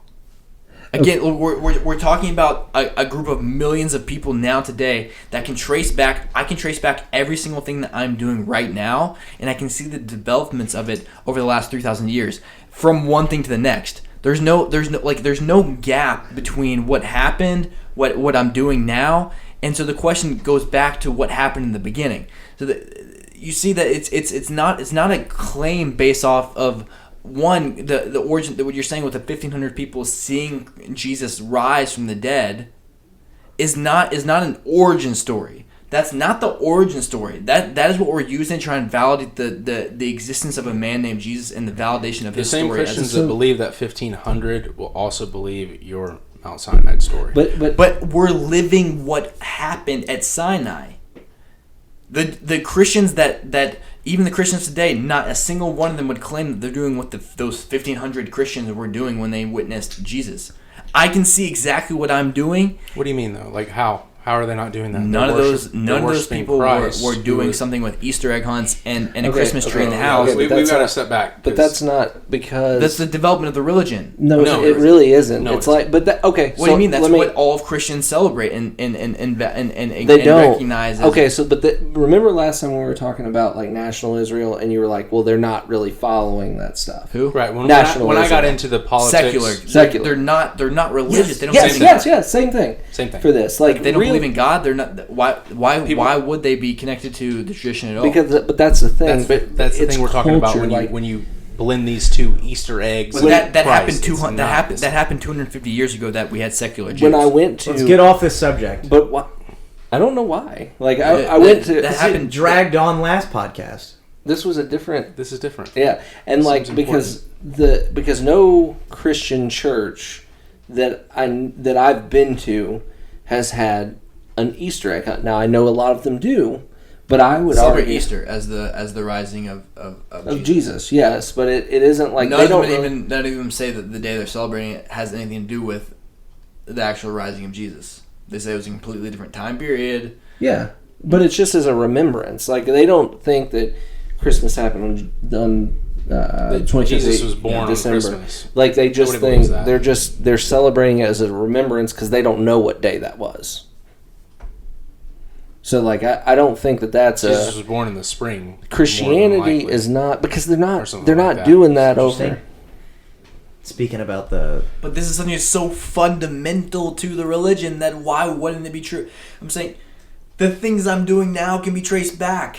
And I can see exactly how it developed and why I'm doing what I'm doing now. But the things... No Christian knows why they're celebrating Easter. No Christian knows why they're putting... That's not true. I don't think that's true, man. Like, and they also don't know... Like, a lot of them don't because they're just cultural Christians. They're not real... Like, but that's the same as saying, well, okay, so when I go take the Lord's Supper, they're celebrating the Last Supper. Like, they know why they're doing that, and they can trace it back to first century Christians. They have writings of those people. Like, so... I don't know, unless the only way I could see that this would be different is like if we had the accounts of I don't know how it's different. So you have Moses and they have the New Testament. You're going back to these millions of people seeing this and you're like, well, they all agreed. Well, these people all agreed enough to even die for it.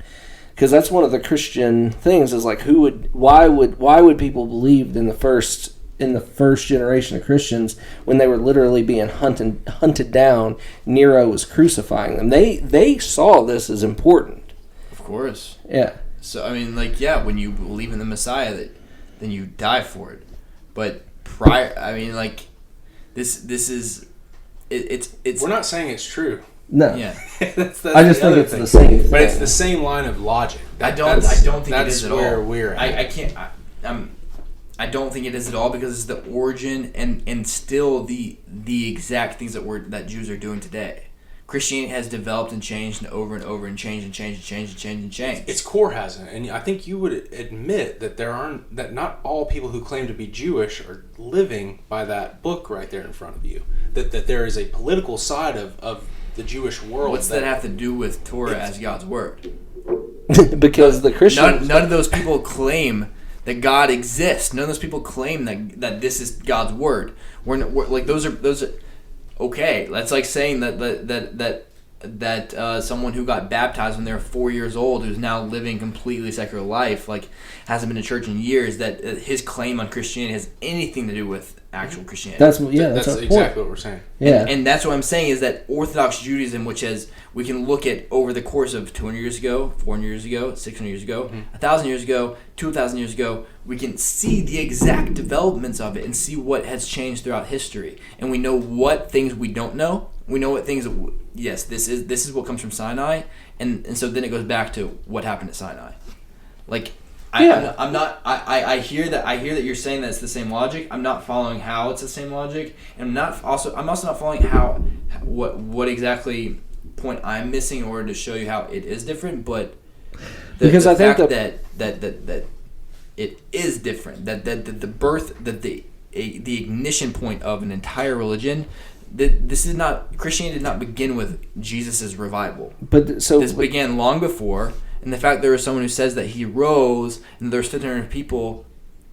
It's easy for me if I'm writing this, if I'm this person that wrote that there were 1,500 people there, and I say to someone who's a Christian, I was there, there were 1,500 people there, and he says, oh yeah?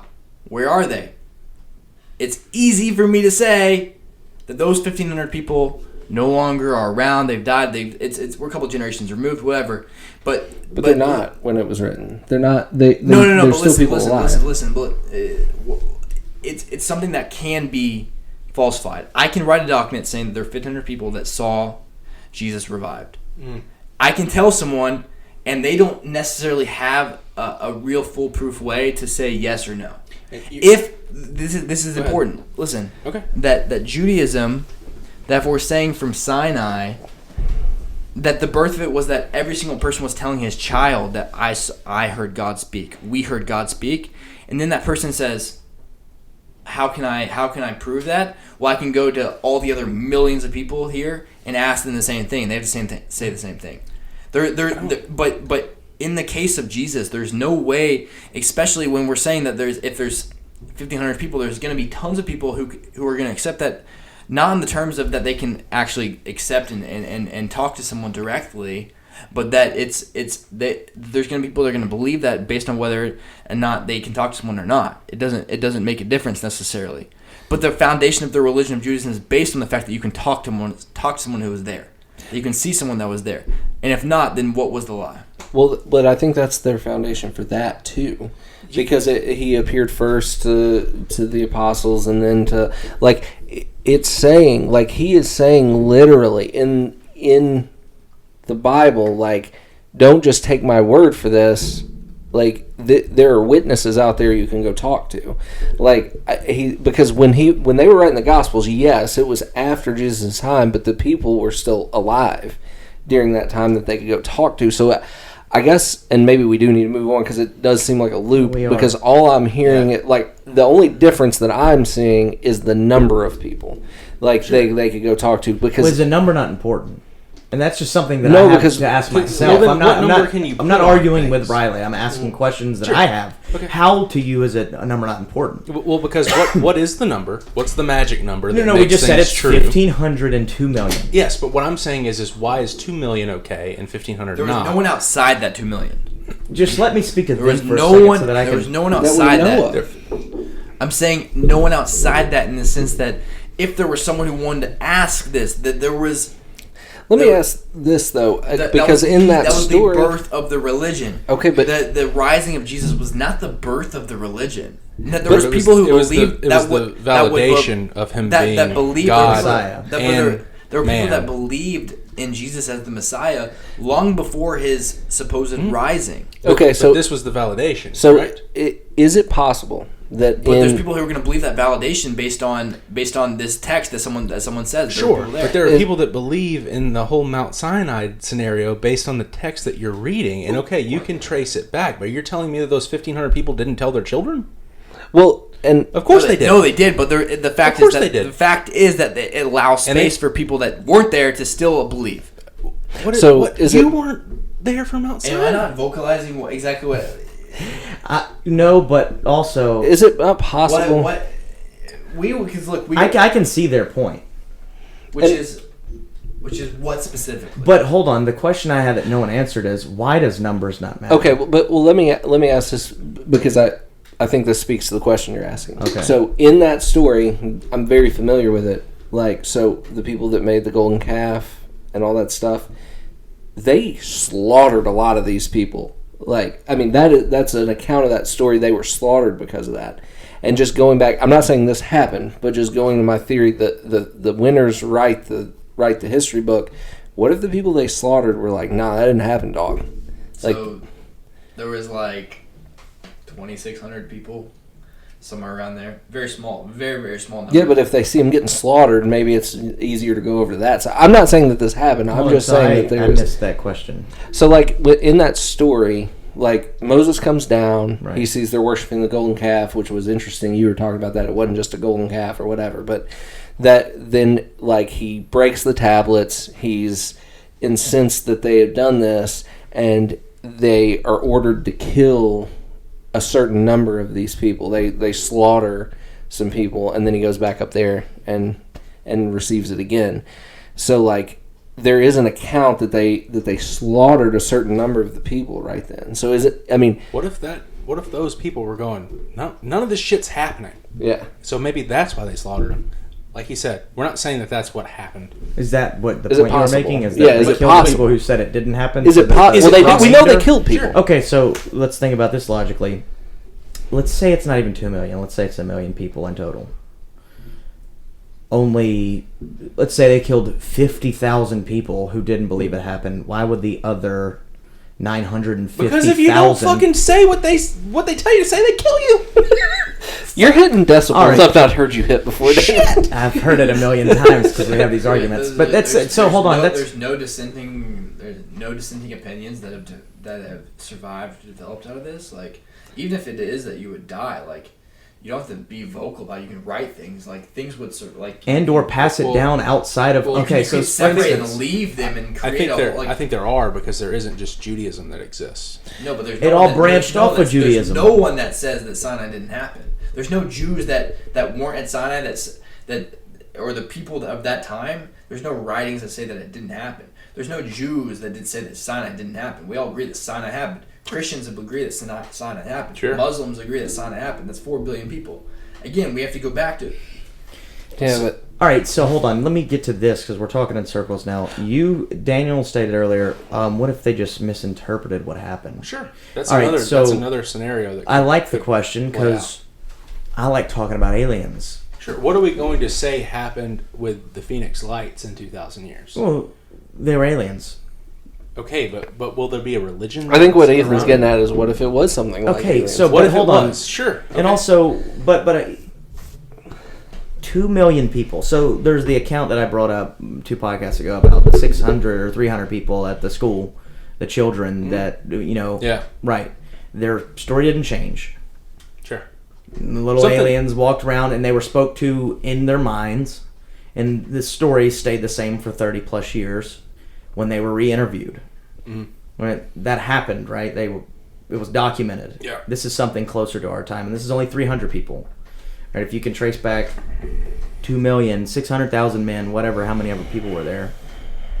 The story seemed to have stayed the same from what I can understand, passed down orally and written up until now, and can be traced back the 80 generations. Now, from what I've listened to in videos and stuff, people describing this, why has this not happened again in history where a large amount of people, let's say it's even 500, a large amount of people witnessed and or experienced something that was godly and unexplainable. How do we know why was another religion not created around an event like this? It cannot happen naturally. It's very possible that it's the state of man in the time. Because you take the Phoenix Light example and you put that 2,500 years before, what is Phoenix Light? And that could have been a Mount Sinai scenario. But why couldn't it have been a Mount Sinai scenario now? Because we still what's going on right now. The Phoenix Lights was something that happened. I believe I'm gonna get the dates wrong. Yeah, who cares? It was 20 plus years ago, right? But anyways, there were all these lights that flew over Phoenix that everybody in Phoenix, like a lot of people in Phoenix and the surrounding areas, millions of people saw them, witnessed them, had no idea what they were. They were calling in, what the fuck is this, right? What is going on? Blah, blah. It was a huge mass. Everybody saw it in the area, okay? And it was unexplainable. The government didn't ever come out and say it was us. They didn't, it was one of those things where it was like, what is going on, right? Mm-hmm. This doesn't make any sense. This is not airplanes. This is not, right? So it was a mass sighting of basically UFOs, right? Yeah.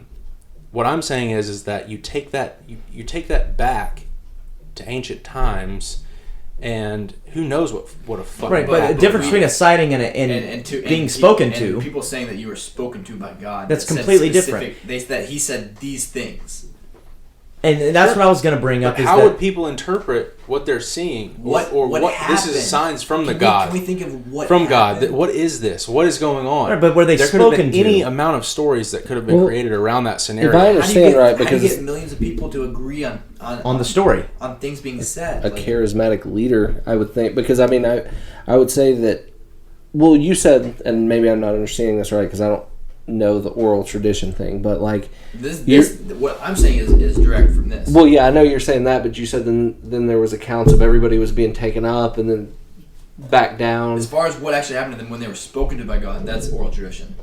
But as far as the claim that 2+ million people heard and saw God speak, that is directly was written down here and was accepted by Christians and Muslims together. I understand, but they're all going off of that account of it because we can say there was this many people there, but how do we know that there was that many people there? Other than that's the number that was recorded there. Well, that same scrutiny applies to the 1,500 that yes, we was talking about. Absolutely. We're not claiming that the 1,500 is a legitimate number either. Yeah. We're just saying that could have been 12. My belief could have been none. If I believed in Jesus, my belief on Jesus is not dependent on whether or not He rose from the dead. This is if I hear this, then I'm saying great. And like it's not like it's not something that is incumbent on my belief system.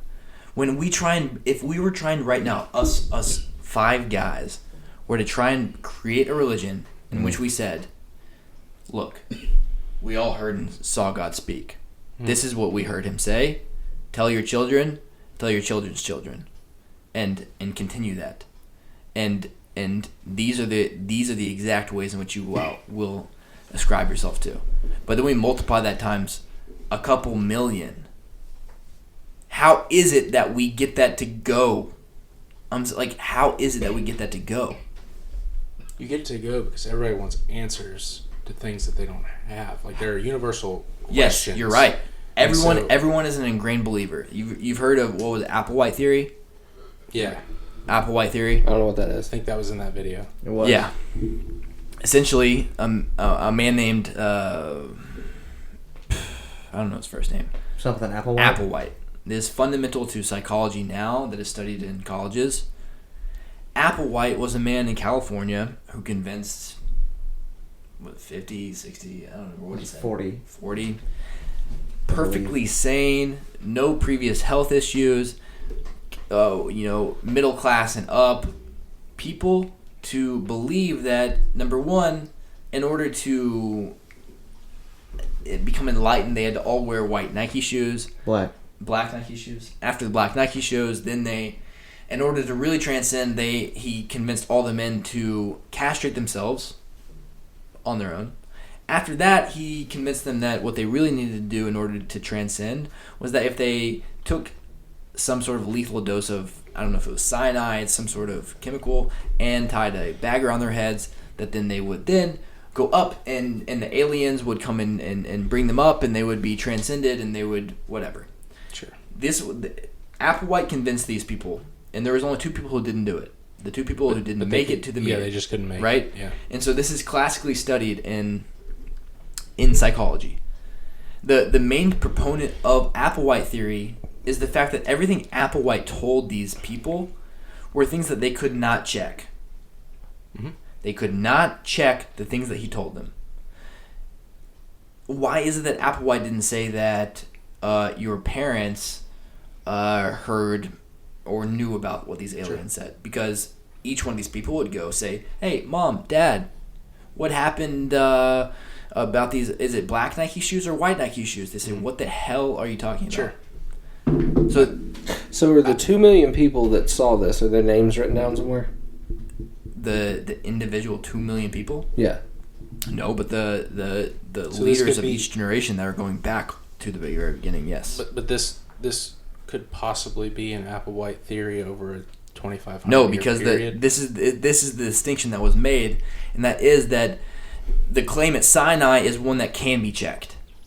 The claim at Sinai was... But it's not something you can prove, and it's not something but it's something you can there check, to see, or anybody who was there is alive today. It's something you can check. It just means that Applewhite deceived these people for 2,500 years, and they've all been believing that black Nikes get them into heaven. And so therefore, for 2,500 years, they've been telling their children that black Nikes are because the truth. the origin of the same thing. No, because the origin of the black Nikes was that you all heard God tell you to wear black Nikes. Mm-hmm. That's what we know today.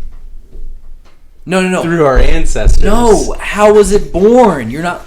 Look, if Applewhite said to all of his followers, he said, you all just heard God tell you. Mm-hmm. Which is what Moses said. Exactly. That's what I'm saying.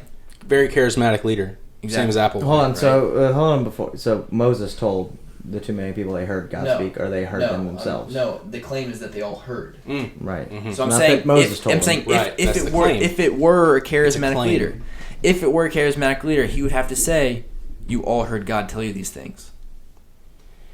But didn't he? If I told each of you in this room right now that he's the one who wrote it down. I said to all of you, if I said to you right now, before this little podcast started, God spoke to all of us, and he said to you, I am the Lord your God, you shall have no other gods before me. It would depend on my view of you. You're not going to buy that. That's what I'm saying. It depends on how. It's immediately checkable. Depends on what. It's immediately checkable. But these people already believed this at Sinai. They already, because I know you're saying, Ethan, buy some longer damn shorts. Shit. Just because yours go to your ankles doesn't mean that. Okay, and this is really a question. Like, how is this the origin of it? Because to me, it doesn't seem like the origin. Because there was all of this stuff, like we could trace it back. Right, before Mount Sinai, these people believed in what's God. The other? Origin of Torah, though. What's this real? Like, what is the Noah story? And there's one Gilgamesh, I think. That's not biblical. I don't know much about Gilgamesh. Well, it's the same story, but it's just older than Noah's. Like, it was written down before that. So, like, I don't know that. I don't know how that's the origin of Judaism when it seems like Abraham's older than that. He's following this God. He's what this bears out of, right? Yeah. These people already had a grasp on what God is. Yeah, and what he wanted and what they thought he wanted. So what's the question? The question is, wouldn't it be easy to manipulate those people who already thought that, or already believed in a God, and then thought they knew what he wanted? Yeah, they already had the idea they were chosen people in Egypt. Comes down. I mean, these are people that just witnessed,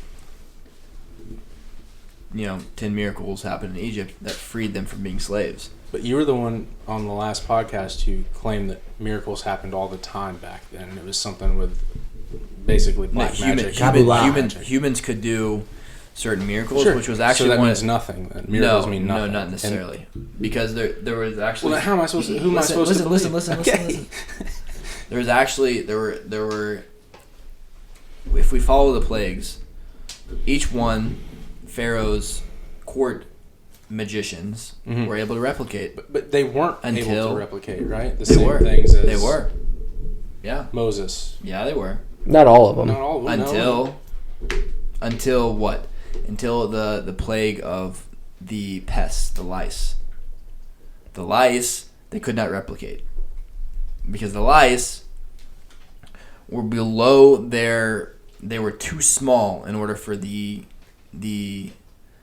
magicians. This is what the text says. I don't know the exact explanation of, but that there were certain things that the magicians could not do, and this was when they were like, oh, okay, we don't know how to actually do this. They were able to turn water to blood. They were able to They were able to create the snakes out of the staffs, right? All these things. But there were certain things they could not do, and that went beyond their limits. Didn't Moses' snake eat theirs or something like that? So, well, my biggest question was, when I was told all this, is, all right, if you can still practice these things now, why would Jews not come out with their cell phones and all of the social media and impact the entire world by showing us that you can still do these miracles? Well, I mean, explain that on the last one, didn't you? Like about how the miracles ceased. Yeah, the idols. And right, but from there's still there are people that have abilities to do certain things that are above nature. This is true.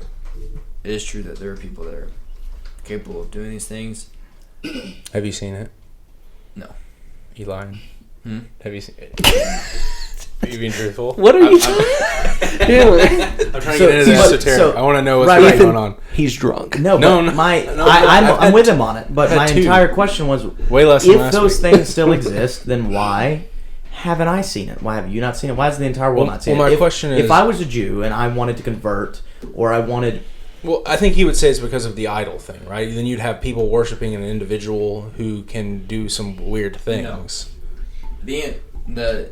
The question that's going to be deeply unsatisfying to most people is that the people that have access to these things realize that doing these things creates an idolization of themselves, or it's these are not things that actually bring revelation of God. These are not things that turn people to God. They know these are things that are silly in the grand scheme of things. That in a religious faith that completely is built on free will, to witness the sea split is something that takes away a bit from your free will, right? If you were to see the sea split, there's an aspect of that is, of course, you're going to bend down to God. But why? Oh, I like that. That works into what I'm thinking, and like what I'm. My main thing with religion, okay, and see if you would agree with me on this, because I don't want to assume that you would. So, and just take religion out of it. In our everyday life, do you think it is better to operate based on logic and reason as opposed to emotion? Like, do you think you're gonna make better decisions if you make your decisions based on logic and reason as opposed to emotion or superstition? Completely off logic and reason. So you think that would be yes. better? Okay. Completely off logic and reason, but there are certain things that our minds cannot grasp. Okay. So, and this is one of my things as I've thought about the whole concept of Christianity. I don't understand why God would. The most important thing that I'm supposed to believe, I have to suspend logic and reason to believe it on faith. But everything else in my life, if I operate logically and reasonably, and I suspend emotions or superstition, whatever it is, everything will go better that way. But this, I'm supposed to believe on faith. It doesn't make sense to me. I don't know why God would order things that way. But and that was really my thing with my kids. Like I cannot teach them to question this crazy shit narrative that America has right now, where, there is no truth, there is no reality. It's just this power struggle and victims and oppressors and all that. But when it comes to this, you just have to have faith. Yeah. And so to me, that's a big stumbling block. Like I think, and I guess I could be self-deceived, I think Christians would say that I am, but if God wants me to know Him, give me something plausible. Show me. Like I've asked God that. Show me. Like show me yourself, and I will be sold out. Yep. And I can't see a reason to believe Christianity any more than Judaism or Islam or any of them, because I feel like the arguments are the same. I know you don't, obviously, but because us drunk talking about this is not like really doing the argument justice. But I'm way less drunk than last week. I think just for the record, I think I'm on the same level. The thing is, if you go to religious Jews right now that are spending the fundamental core of Jewish belief is, this is one of the most amazing things when I got to yeshiva, and that kept me there longer than a month, that I wasn't at the end of the month trying to get the hell out of Dodge, because everyone is digging, asking these questions, and there has to be a logical answer, or we're not just following it. Mm-hmm. That does not mean that we have proof of God. What it does mean is that we have a lot of evidence to point towards it being true. Not like evidence going back to that. Evidence is very strong for you to commit your life to such a thing. It does not lead to a dead end of saying this person died on the cross for your sins and you have no contact with God and this and this. But that we follow and we can see historically every single generation going back. And we have to ask ourselves, this is why you really have to look into Mass Revelation. And what happened in Mass Revelation, we're not doing it justice right now. I can tell you that right now. We're not doing justice. We're missing some things. Well, and man, like I'll say this, like our position's way easier than yours, because like it's always easier to criticize something than it is to defend it. So like, yeah, like I get that's like it's great that you come on here and do this, because like that's not an easy thing to do. Absolutely. But all the things we have to look at is the fact that Judaism is the origin of monotheism as we know it, right? Yes, there were the whatchamacallums, Zoroastrians. They weren't bent on spreading anything. and I don't actually know much about the religion except that they were monotheistic in some sense of the word. Abraham was the first that took that and tried to spread it to the world. That was the first we know of people going out and spreading it. Also, it was the first we know of people dying for their religion. Prior to that, there was no such thing. The Jewish people have always, throughout history, died for what they believed in. Always. This was a non thing before that. And just as a side reflection on natural law, as far as there being a basic human right, moral, whatever, prior to the birth of monotheism with Judaism, with Mount Sinai, we can say that there was a natural law based on what I need, based on like, okay, I'm not going to hurt you, granted that you don't hurt me, but beyond that, there was no reason that I should die for anything that was of transcendental belief, because that was ridiculous at the time. But okay, assuming everything you said's true, does that necessarily make Judaism true? Like, is it possible that Judaism was maybe it drew more truth out, maybe it resonated more with like the human spirit or whatever? Does it make it true that it had people willing to die for it, that it was the first of its kind? It might make it different. What gives you the power to give up your life for something? Well, I don't know, but there's a book up there, Fox's Book of Martyrs, that talks about all the Christians that did it. And I'm sure I just don't know about all the Muslims that did it. Or the pagans before them. Like, no, there were not pagans dying for their religion. You don't think so? Guaranteed. You think that they would convert Guaranteed. Instead of guaranteed? die? They would, guaranteed, because it was not about devotion to a god. It was about devotion to many gods, and there was no way they were going to take on one. They did not get. They had no problem bringing on new ones. Yeah, but they weren't going to only worship one because you told them to. They weren't going to abandon what they believed, what their fathers taught them, the same way that your fathers taught you. They wouldn't die for it. They wouldn't. They would. But also, religion Judaism was was the also same. Judaism is non-proselytizing, meaning they weren't forcing anyone to convert. There was no one to be pressured to convert or die. You just said Moses was the only one who went out and tried to spread it. Abraham, excuse me. Yeah, but there was no convert or die.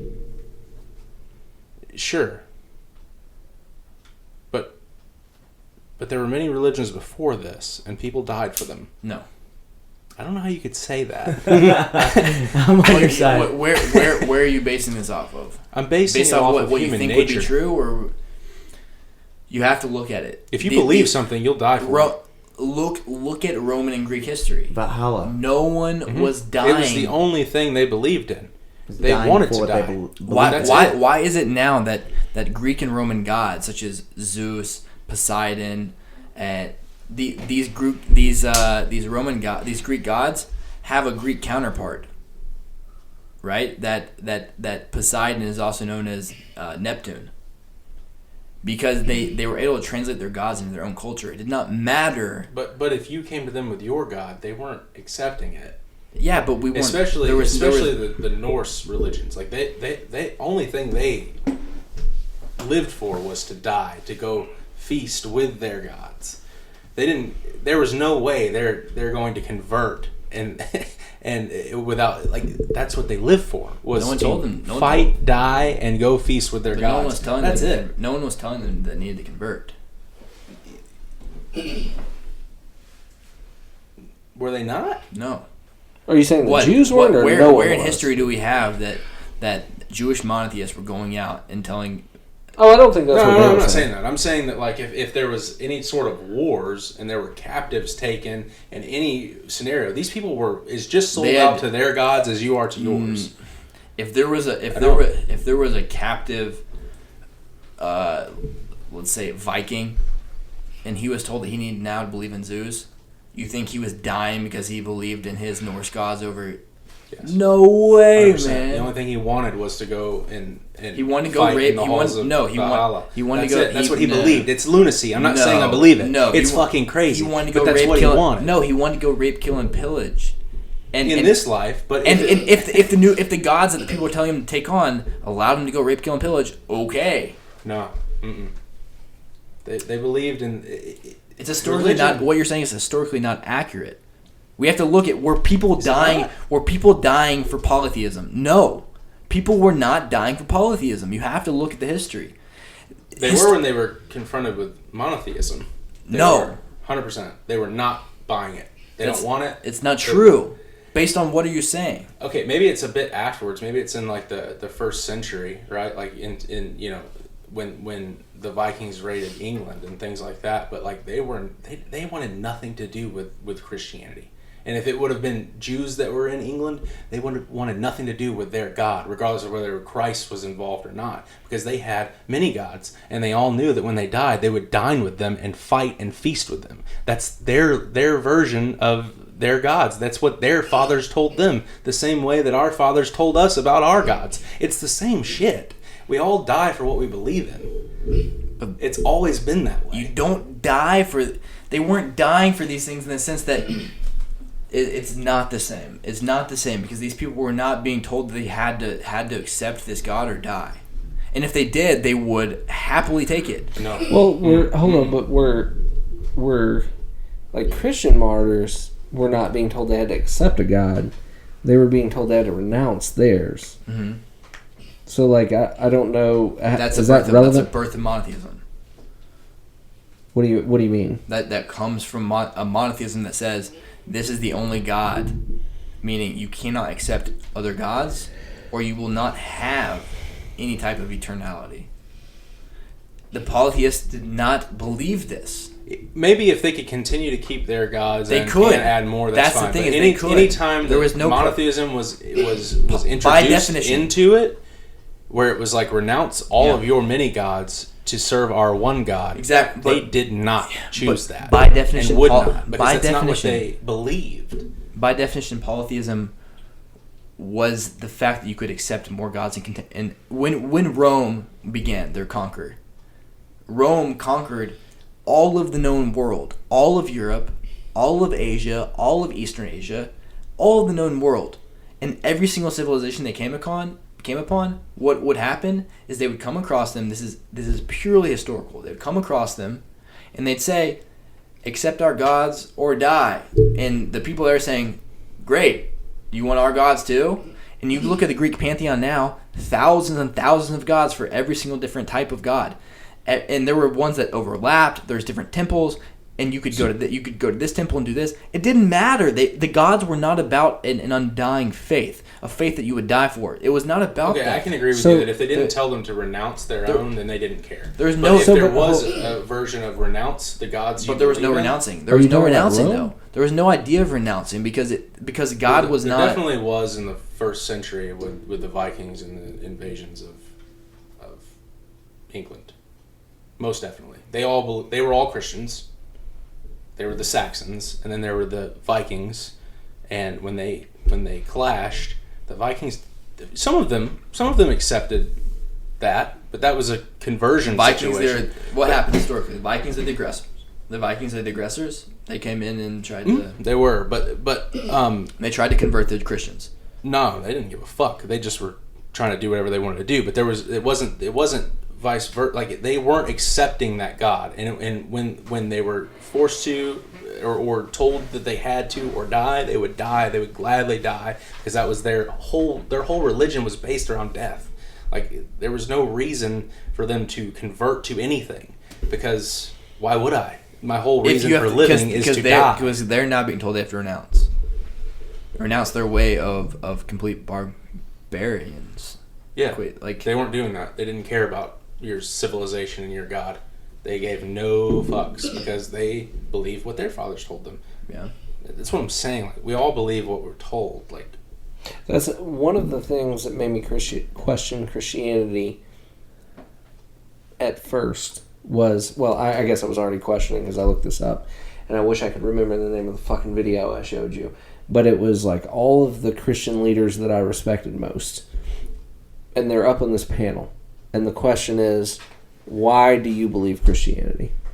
And the one that is the leader of all of them, John Piper, the first thing that comes out of his mouth is, well, because my mom told me so. That is the most garbage I'm gone. I'm out. that I've ever heard. John Piper. Like, and I still respect the guy as a person, but like that... That's not logic. That's not reason. No. That's no reason for believing anything because your father or your mother told you. No, that is lunacy. You need to weigh this. You need to look at it, and you need to figure out Which if I it's think true he's or saying not. that he is. I think you. Yeah, I'm not saying you are, and I'm not. Yeah. I don't mean to come at you, and I don't. No, I don't feel that at all. You sure wasn't Joel Osteen? Yeah, I'm sure. Okay. Making sure. But anyway, I don't know. Yeah, it sounds like something he'd say. For like That's who I 3.5 respect the hours, most. guys. This is longer than the Yeah, last I one. mean, No, that's about the same. do we want to do this 10-minute natural law thing and then Do you want to? cut it off? Or we can cut it off now. It's up to you, man. Like if you said you talked about or you read something about it a little bit or something. Just a little bit. I mean, just wondering more on like, I think natural law is a very base level. It doesn't actually give you any means for a civilization, any means for reasoning that people have to live by. It doesn't give you much to work with. I think it's great, the whole idea of like, okay, I don't take from you, don't take from me. It's rules. But the core flaw of it being that the definitions are created based on the fact that you're saying that there is a base morality. I mean, Well, that I think if there's a group of people that says, look, we ascribe to the fact that I don't take from you, you don't take from me, based on the fact that you're a human being and I'm a human being. What happens when that group says and gets to the determination to decide that this group of people is not a human being? Yeah. Like there's just Then there are consequences for their actions, whether it be in this world or the next. Right, but so... that's just like, like natural, I think, is a basis of like, if we're going out into tribes of Africa, I imagine most of them live by some form of natural law. But they probably do whether they do or not, it governs. But I'm saying that on some level they probably do things that are it's too simple. It goes beyond that. There's no meaning to it. It doesn't give you meaning. Is that what you're? Well, it gives people. This is one of the fundamental things I've been working with lately, which is we as human beings, right? We are small. We're individual. And the extent to which we feel a sense of purpose and meaning is to the extent of the greatness of that which we ascribe to. Meaning the person who dedicates himself wholly and totally to his family feels a good sense of purpose and meaning. What's above that? The person that ascribes himself wholly and totally to his nation. What's beyond that? Someone who ascribes himself wholly and totally to the world, saving the climate. If your entire essence becomes, I'm going out and I'm literally putting my life on the line to go and shoot down Chinese boats that are illegally fishing whales. There's people that do this. They take these boats out and they try and they're the vigilantes that go out and try and sink illegal fishing boats that are destroying the ocean. They feel an amazing sense of purpose because their tiny self swells to the size of that which they're dedicated to. So, along this premise, the greatest sense of purpose and meaning and pleasure that a human being can swell to is that which encapsulates everything. An ideology that says that you are a piece of God. An ideology that says that every single thing you do has a measure of things that were good, things that were bad. And that an ideology that says that every single thing you do is rewarded and punished based on those things. An ideology that says you have complete and total free will. An ideology that says that this God, this creator, this, we'll say, quote unquote, universe that encapsulates everything, but is not just everything that we know, but beyond it, that there's if there's a unified meaning, that the greatest your soul and your existence can swell to, and the most meaning you can find in me waking up in the morning and knowing that there's a prescribed way for me to turn this action of eating food into an elevated action of the purpose of the universe when I eat food. If I can say, me eating this hot dog is me keeping my soul in my body so I can go on to do the will of God. That this food is only here that I have an opportunity to thank God, to partake in His pleasure. And I can do this in a way that makes this act of eating, which could be something that's throwaway, completely throwaway, right? You eat on the run, whatever. You eat when like things that are throwaway. You can turn every aspect of your life into this, right? You swell up to the sense of being of which is that which you believe in. Mm-hmm. That's the amazing thing of what it means to believe in one God who creates everything and is within and above everything. So, yeah, I get what you're saying. Like that helps you swell up and feel a sense of meaning in everything, but is not. You have to have integrity. You have to know that what you're doing is true and that it's real, and you can't just, obviously no one can just do that based on, like you said, to have intellectual integrity, you have to be able to base it on something other than that's what my mom told me. Yeah. Comparing that to natural law. So are you Well, saying you're responsible for the world? Yes, and that exactly. Riley, you can't fix it all, though. No, of course not. So why not focus on things you can fix? Because if you spend your entire life trying to fix the world, you'll never achieve that. No. Of course, I on my own am not able to save the world. We're on the same page then. But what I'm saying is the same thing. What I'm saying is I want the world to be a better place. Yes. And so I need to focus on what I can achieve. If I focus on things I can't, then I'm not even fixing the things that are in front of me that I can fix. Dash what it means to be human, because there's this thing called hope in dreams. It's not. It's the hope is that if I fix. But it's so passive. It's so passive. It's no, so it isn't. like it's so just like. Can you hold on? Can you it's fix focusing people on around what's you? attainable? What is the evidence that I am responsible for the world? Can I say something? For other people. Can I say something? Yeah. So, y'all both like Peterson, right? Yeah. But the best way I've heard it be put in the last, I don't know, I did listen to this literally a couple days ago, talks about we're only disconnected. But so say you know 1,000 people in your lifetime. You're directly affecting them in a certain way, right? Now, whether it be working on yourself or working towards bettering them as well, it is like a water ripple. So if you know 1,000 people, and I know 1,000 people, it goes on and on and on, and you're just slightly disconnected from the entirety of the world. Okay. Right, and it's a water ripple. Sure. Right, so there is, I get where you're saying where if you can just fix yourself, that ripple. The ripple can spread also if you're fixing the people around you. You are connected to the entire world. Yeah, but that's the difference between go ahead. What is and what ought be. Like what is truth and what am I responsible for. And the reason that I believe in natural law is because it is self-evident to me. I don't have... But it says you aren't responsible for anyone around you. Or the good. Yes, and I don't think that I don't have. Then that's my question. What evidence do I have that I am morally? Your existence goes against that completely. I don't even believe that natural law believes what you just said. What evidence? Because do I bettering have yourself is bettering people around you. Okay, no, but that's what is right. We can see that happens, but morally, why am I responsible to better other people? Like, what is the moral foundation of that? So this is something that we discussed last podcast. Only God. Yeah, exactly. And I'm not convinced there is one, so that's why I don't think that I'm. But I believe you believe in natural law. You believe in God. You have to. No, natural law doesn't believe in God. So. Well, if you believe in I don't. If you believe in governing rules around this reality, you have to believe in God. And if you believe in natural law, that's governing rules around this reality. I disagree, Ethan. I don't think that me believing in natural law means I have to believe in God, because I can see the effects of natural law. I cannot do.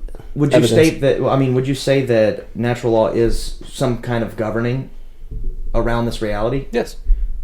I think then why is that not God? Because it doesn't have to be. Because I don't know. Well, then what is it? Because what you're arguing is a logical fallacy. It's an argument from ignorance, and that doesn't mean what it sounds like. It doesn't mean. Oh yeah, you want to call me ignorant? No, it doesn't mean that you're ignorant. It's you are ignorant, but it has nothing to do with the argument.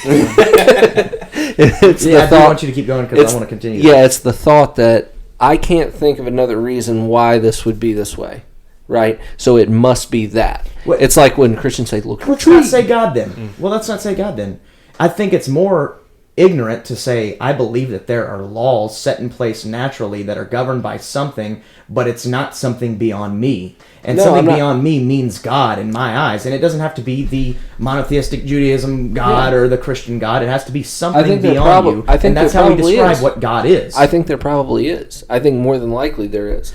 But I don't know. But I don't know that. I don't have evidence of that, so I can't say that there is a God. I know what you're saying, but I believe that if you think that something, quote unquote, natural law governs our reality, then you are literally saying, without saying, I believe in a God. Well, is there a never-ending string of gods?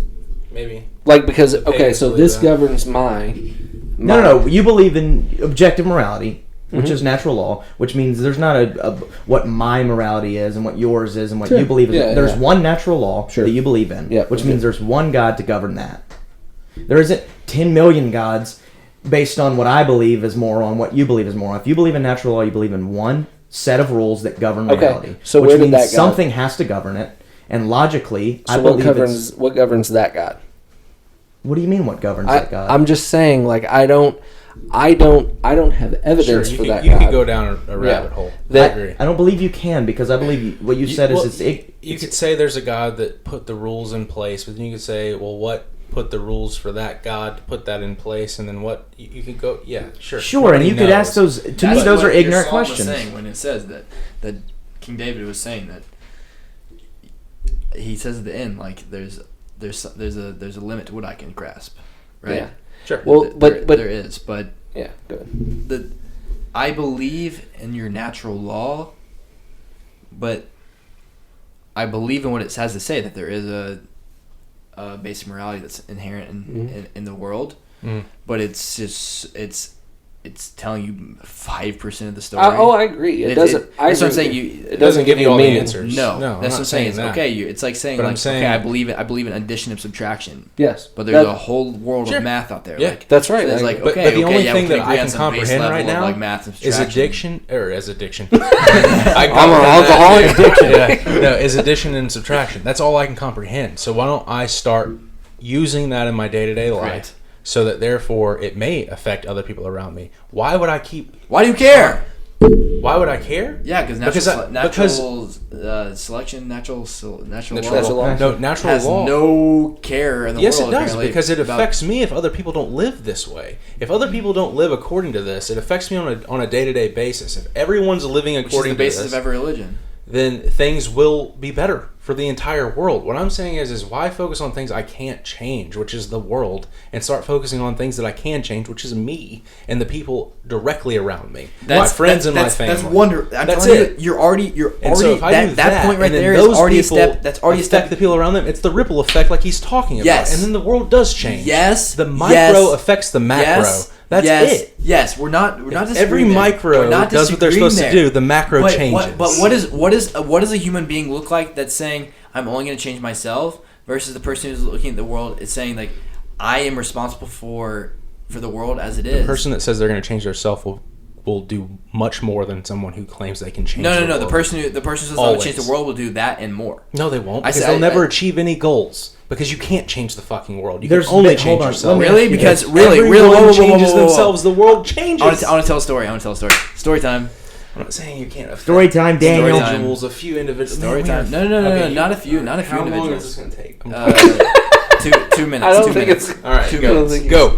Rav Noach Weinberg, who founded my yeshiva, was very close with Rav Shach. Rav Shach was a huge tzaddik, righteous person, right? That would come in and speak to the Bali Tshuva, guys like me who come from a secular lifestyle that want to commit themselves to Judaism after they've been secularized, lost, whatever, cast aside, coming back. Rav Shach come in and he said, that guy's a Bal Tshuva. That guy's a Bal Tshuva. That guy's a Bal Tshuva. Meaning a master of return is what Bal Tshuva is. Someone who's come back, which is a very new phenomenon in Jewish history. It's someone that would choose to leave a frat, drinking, having sex, doing all these things, to go live a conservative religious lifestyle. He's like, this is crazy. People did not think it could be done. And Rav Shach, he's saying, these guys, they're all Bali Tshuva. And then he gets up on the podium and he says, if one man can kill 6 million Jews, then one man can save 6 million. Within that, what he's saying is that one person really does have the ability to change the worworld. Yeah, we just see it in different ways. Hitler was bent on changing others. It wasn't just like I'm a simp. You know, I'm just like bent on like I'm gonna do my life and whatever. He had unbelievable drive and focus to change the world, and he did it. And he got millions of people to follow him, to agree with him, and to allow unbelievable evil to go on in the name of morality, in the name of perfection, in the name of a perfect world. If one person can do that for the sake of evil, for sure one person can do that for the sake of good. Sure. It's proof. Okay. It's a clear proof that... Can 6 billion people do it for the sake of good, or can 6... change the entire world as we know No, not 6 billion people are going to be famous. They're not going to be perfect, these leaders who create... No, because then if they did, it'd all be perfect anyways. What I'm saying is that not everybody is someone who will be remembered. Not everybody's going to be this great leader or this great something. But everybody can be. No, they can't. That's a lie. That's not true. Okay, I agree with you, but what why I'm not? saying is why that not? each individual person can work on themselves. And if each individual person starts working on we can't themselves... know the impact of what it means. If I were to go out... things will... little people... greatly change. How many people in the lives... every person keeps saying, we got to fix the climate, we got to do this, you can't even fucking clean your room. That's what Jordan Peterson talks about all the time. We're talking about Hitler. Until you start working on some of your own shit, how are you going to fix these things? We're talking about Hitler. We're talking about most Hitler people aren't phenomenal. Yes. They're not. We're talking about Hitler, who's someone on a grand scale who did all these crazy things, right? We know him in the history books. He's on the shelves of Mein Kampf. Like, he changed the world as we know it, and he's changed the thought process of all humanity as saying that's the lowest that humanity could actually go. We could actually go that low. Like, that's as far as we know, that's the lowest we could go. To Stalin? No. This was different. Mao? Yeah, he didn't kill Genghis near Khan? as many people as all those guys. It doesn't. But that's not. What about this? What about this? You pick up the biography, the autobiography, The Rise and Fall of the Third Reich, which is a story of Hitler's life from childhood to his whole thing, right? Mm-hmm. How many people in his life had the opportunity to look at him and say, I care about you deeply. I'm going to invest in you because I love you and I want to see you grow and I want to see you be the best person you can possibly be. And to love and to change and impact him because they saw who he was becoming, or they saw who he was, they saw his core and they saw his identity. If there was how many people had the opportunity to change the world through one conversation, sitting down with him, having some beers and saying, look, Hitler, this isn't the right move. It's not, and to really just sit there and invest in him. Sure, but that's what I mean. Can those people impact his life without fixing themselves first, or trying to, or attempting to become something better themselves, like you're doing on a daily basis yourself? The only difference is we're trying to do on a daily basis ourselves. Right. So the difference is I see fixing myself as fixing if this that I cannot be perfected, I cannot be perfect, I cannot be ideal when I'm living in a world that is not. I don't think that's true. It's always going to be. I disagree. Like I corrupted. think people can like that. Wow, we're so affected by our society, completely and totally.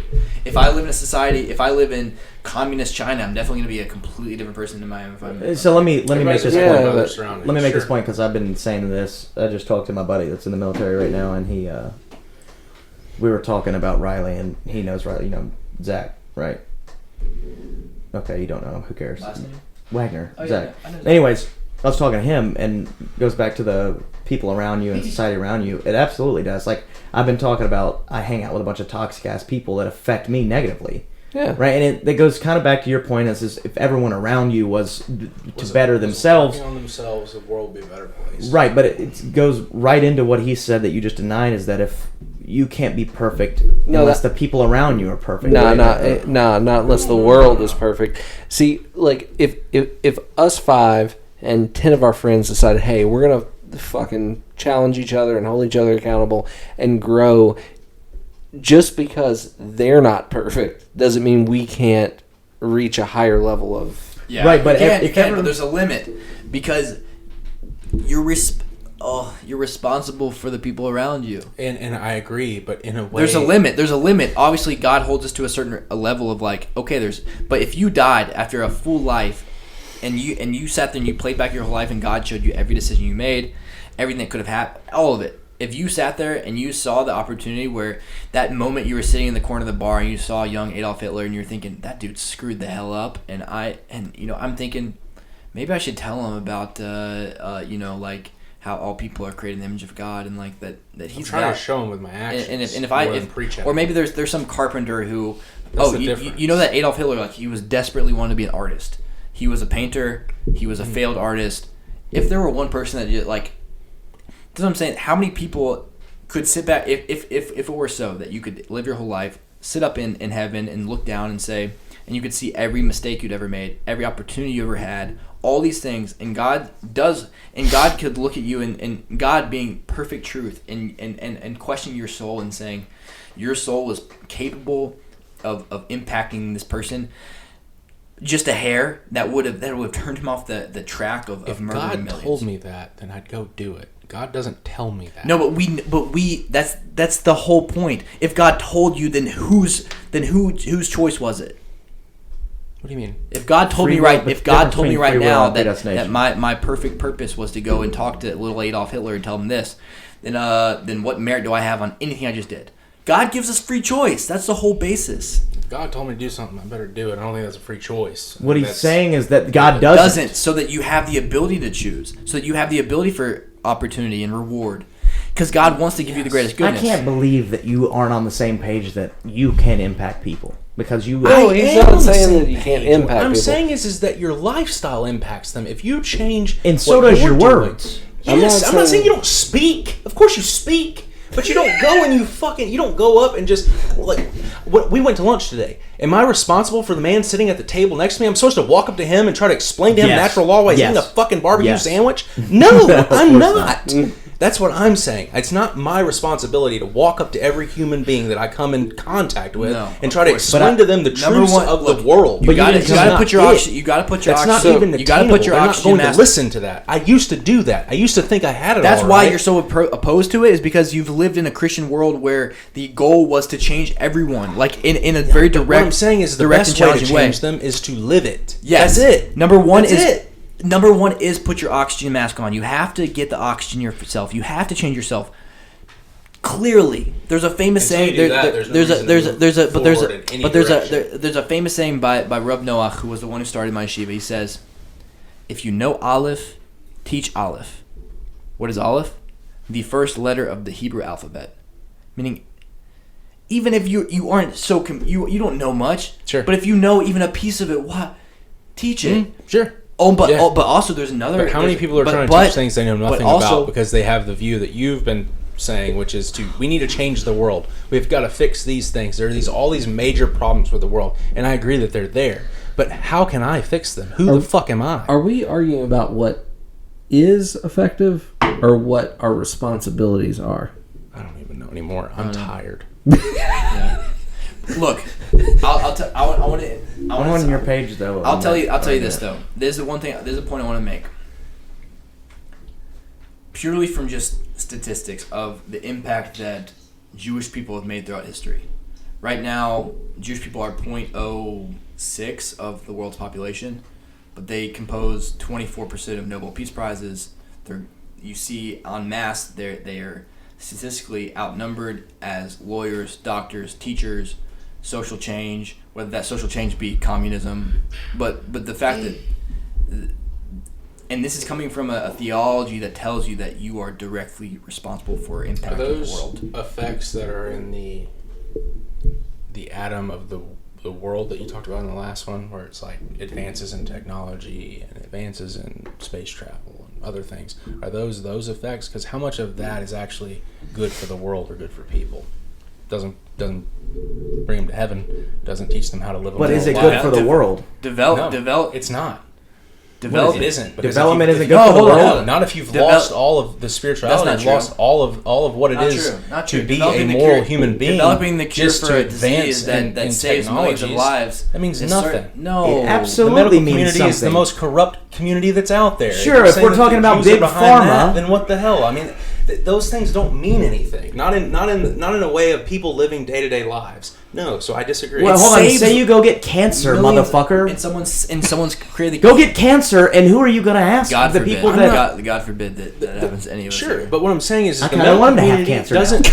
The medical community hasn't saved people from cancer. They only give they've you never things- saved anyone from cancer. Not necessarily, no. No, never. And it's very possible that You're if right. you go back in time, Idiot. there were better solutions to those problems. I These agree. people are selling you pills. We're talking big pharma now, dick. Yes, but those are the advancements. They always get corrupted. That's not in a day-to-day life. People living to be better people. Those things are meaningless and Look. pass by. That doesn't matter. None of that fucking matters. The point I was making was that look at let's set God aside. What does it look like when you have a group of people that categorically think that they are responsible for the world?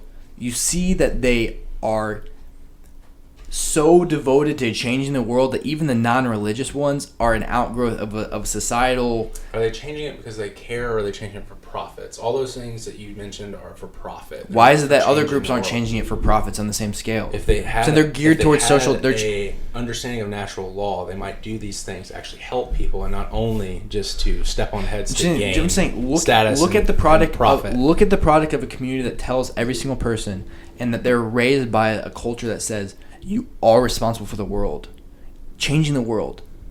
Let's put taking God out of the picture, taking Judaism out of the picture. How much have they actually done? The world is a shit place. Oh, but Nothing's being changed because no individuals are changing themselves. Let me ask you this on the... I don't want to keep going. I'm tired. You're a pussy, and let me ask you this real quick. Because this was my question to him is, why are the most evil people in the world Jews? And that's my question. And that's what you're saying right now without saying it. That's not what I'm saying. I'm saying... Hold on. And I said, but here's the thing is that what we can't That's not what I'm saying. For the record. That's what I've said. I mean, you look at the people that have destroyed the countries and societies the most, and they're Jewish, but why do they have the biggest impact on the world? That was the question I had. The same as the question that you're asking. Is it for stepping on heads, or is it... Either way, there's it's not, a it's not a 0.06% of the population has bringing the up of biggest the impact. world. I just thought it was interesting. Sure, yeah. I just think it's I interesting. can tie that into the same Exactly. answer. That's what I was hoping you would do. Which is that all those people that you're saying are evil. Are. Look, we'll say that, what's his name? The one that created communism? Marx, Jew. Secular Jew. George Soros, Jew. Completely tossed out. Okay. God. Sure. No, I'm saying he was imbued out of his community that he had a responsibility for the world. And when he started communism, he was not thinking, let's murder millions of people. Sure, but that man didn't do shit for himself his entire life. He borrowed money that he never paid back and wrote shit fucking literature. But did it impact the world? I'm saying in a negative way. Right. Yes, but you're right. No. So what has he done? Because he never changed himself. I'm He didn't fix himself. saying, He didn't what make did himself a better person. I'm saying just look at what it imbues a human ability to change the world and to change people. Good or bad? If we're changing it for bad, then what the fuck are we doing? That's what I'm saying. That's the problem. You go broad with a specific every time. I don't know how to. I'm done. I've had a great time. This is a lot of fun. I'm tired. I love you guys. I'm very tired too. Yeah, listen, man. I gotta go hit the gym. Thank you for coming. This is. I am tired, but this was great. I fucking loved it. Yeah, it was a really good time. I mean, Awesome. We had a lot of really great topics. We did. I think we did better on actually hitting some actual points and not getting so deep in the weeds. Yeah. So. There was some drunk. There's some weeds, but we weren't as deep in them. So, but anyways, all right. We appreciate it. Thank you. It's true, and next time, I'll see you believe it. Was that where we ended? Was that where we ended? That God's real. Absolutely. That's right. Yep. Torah's true. God's real. Judaism. Later.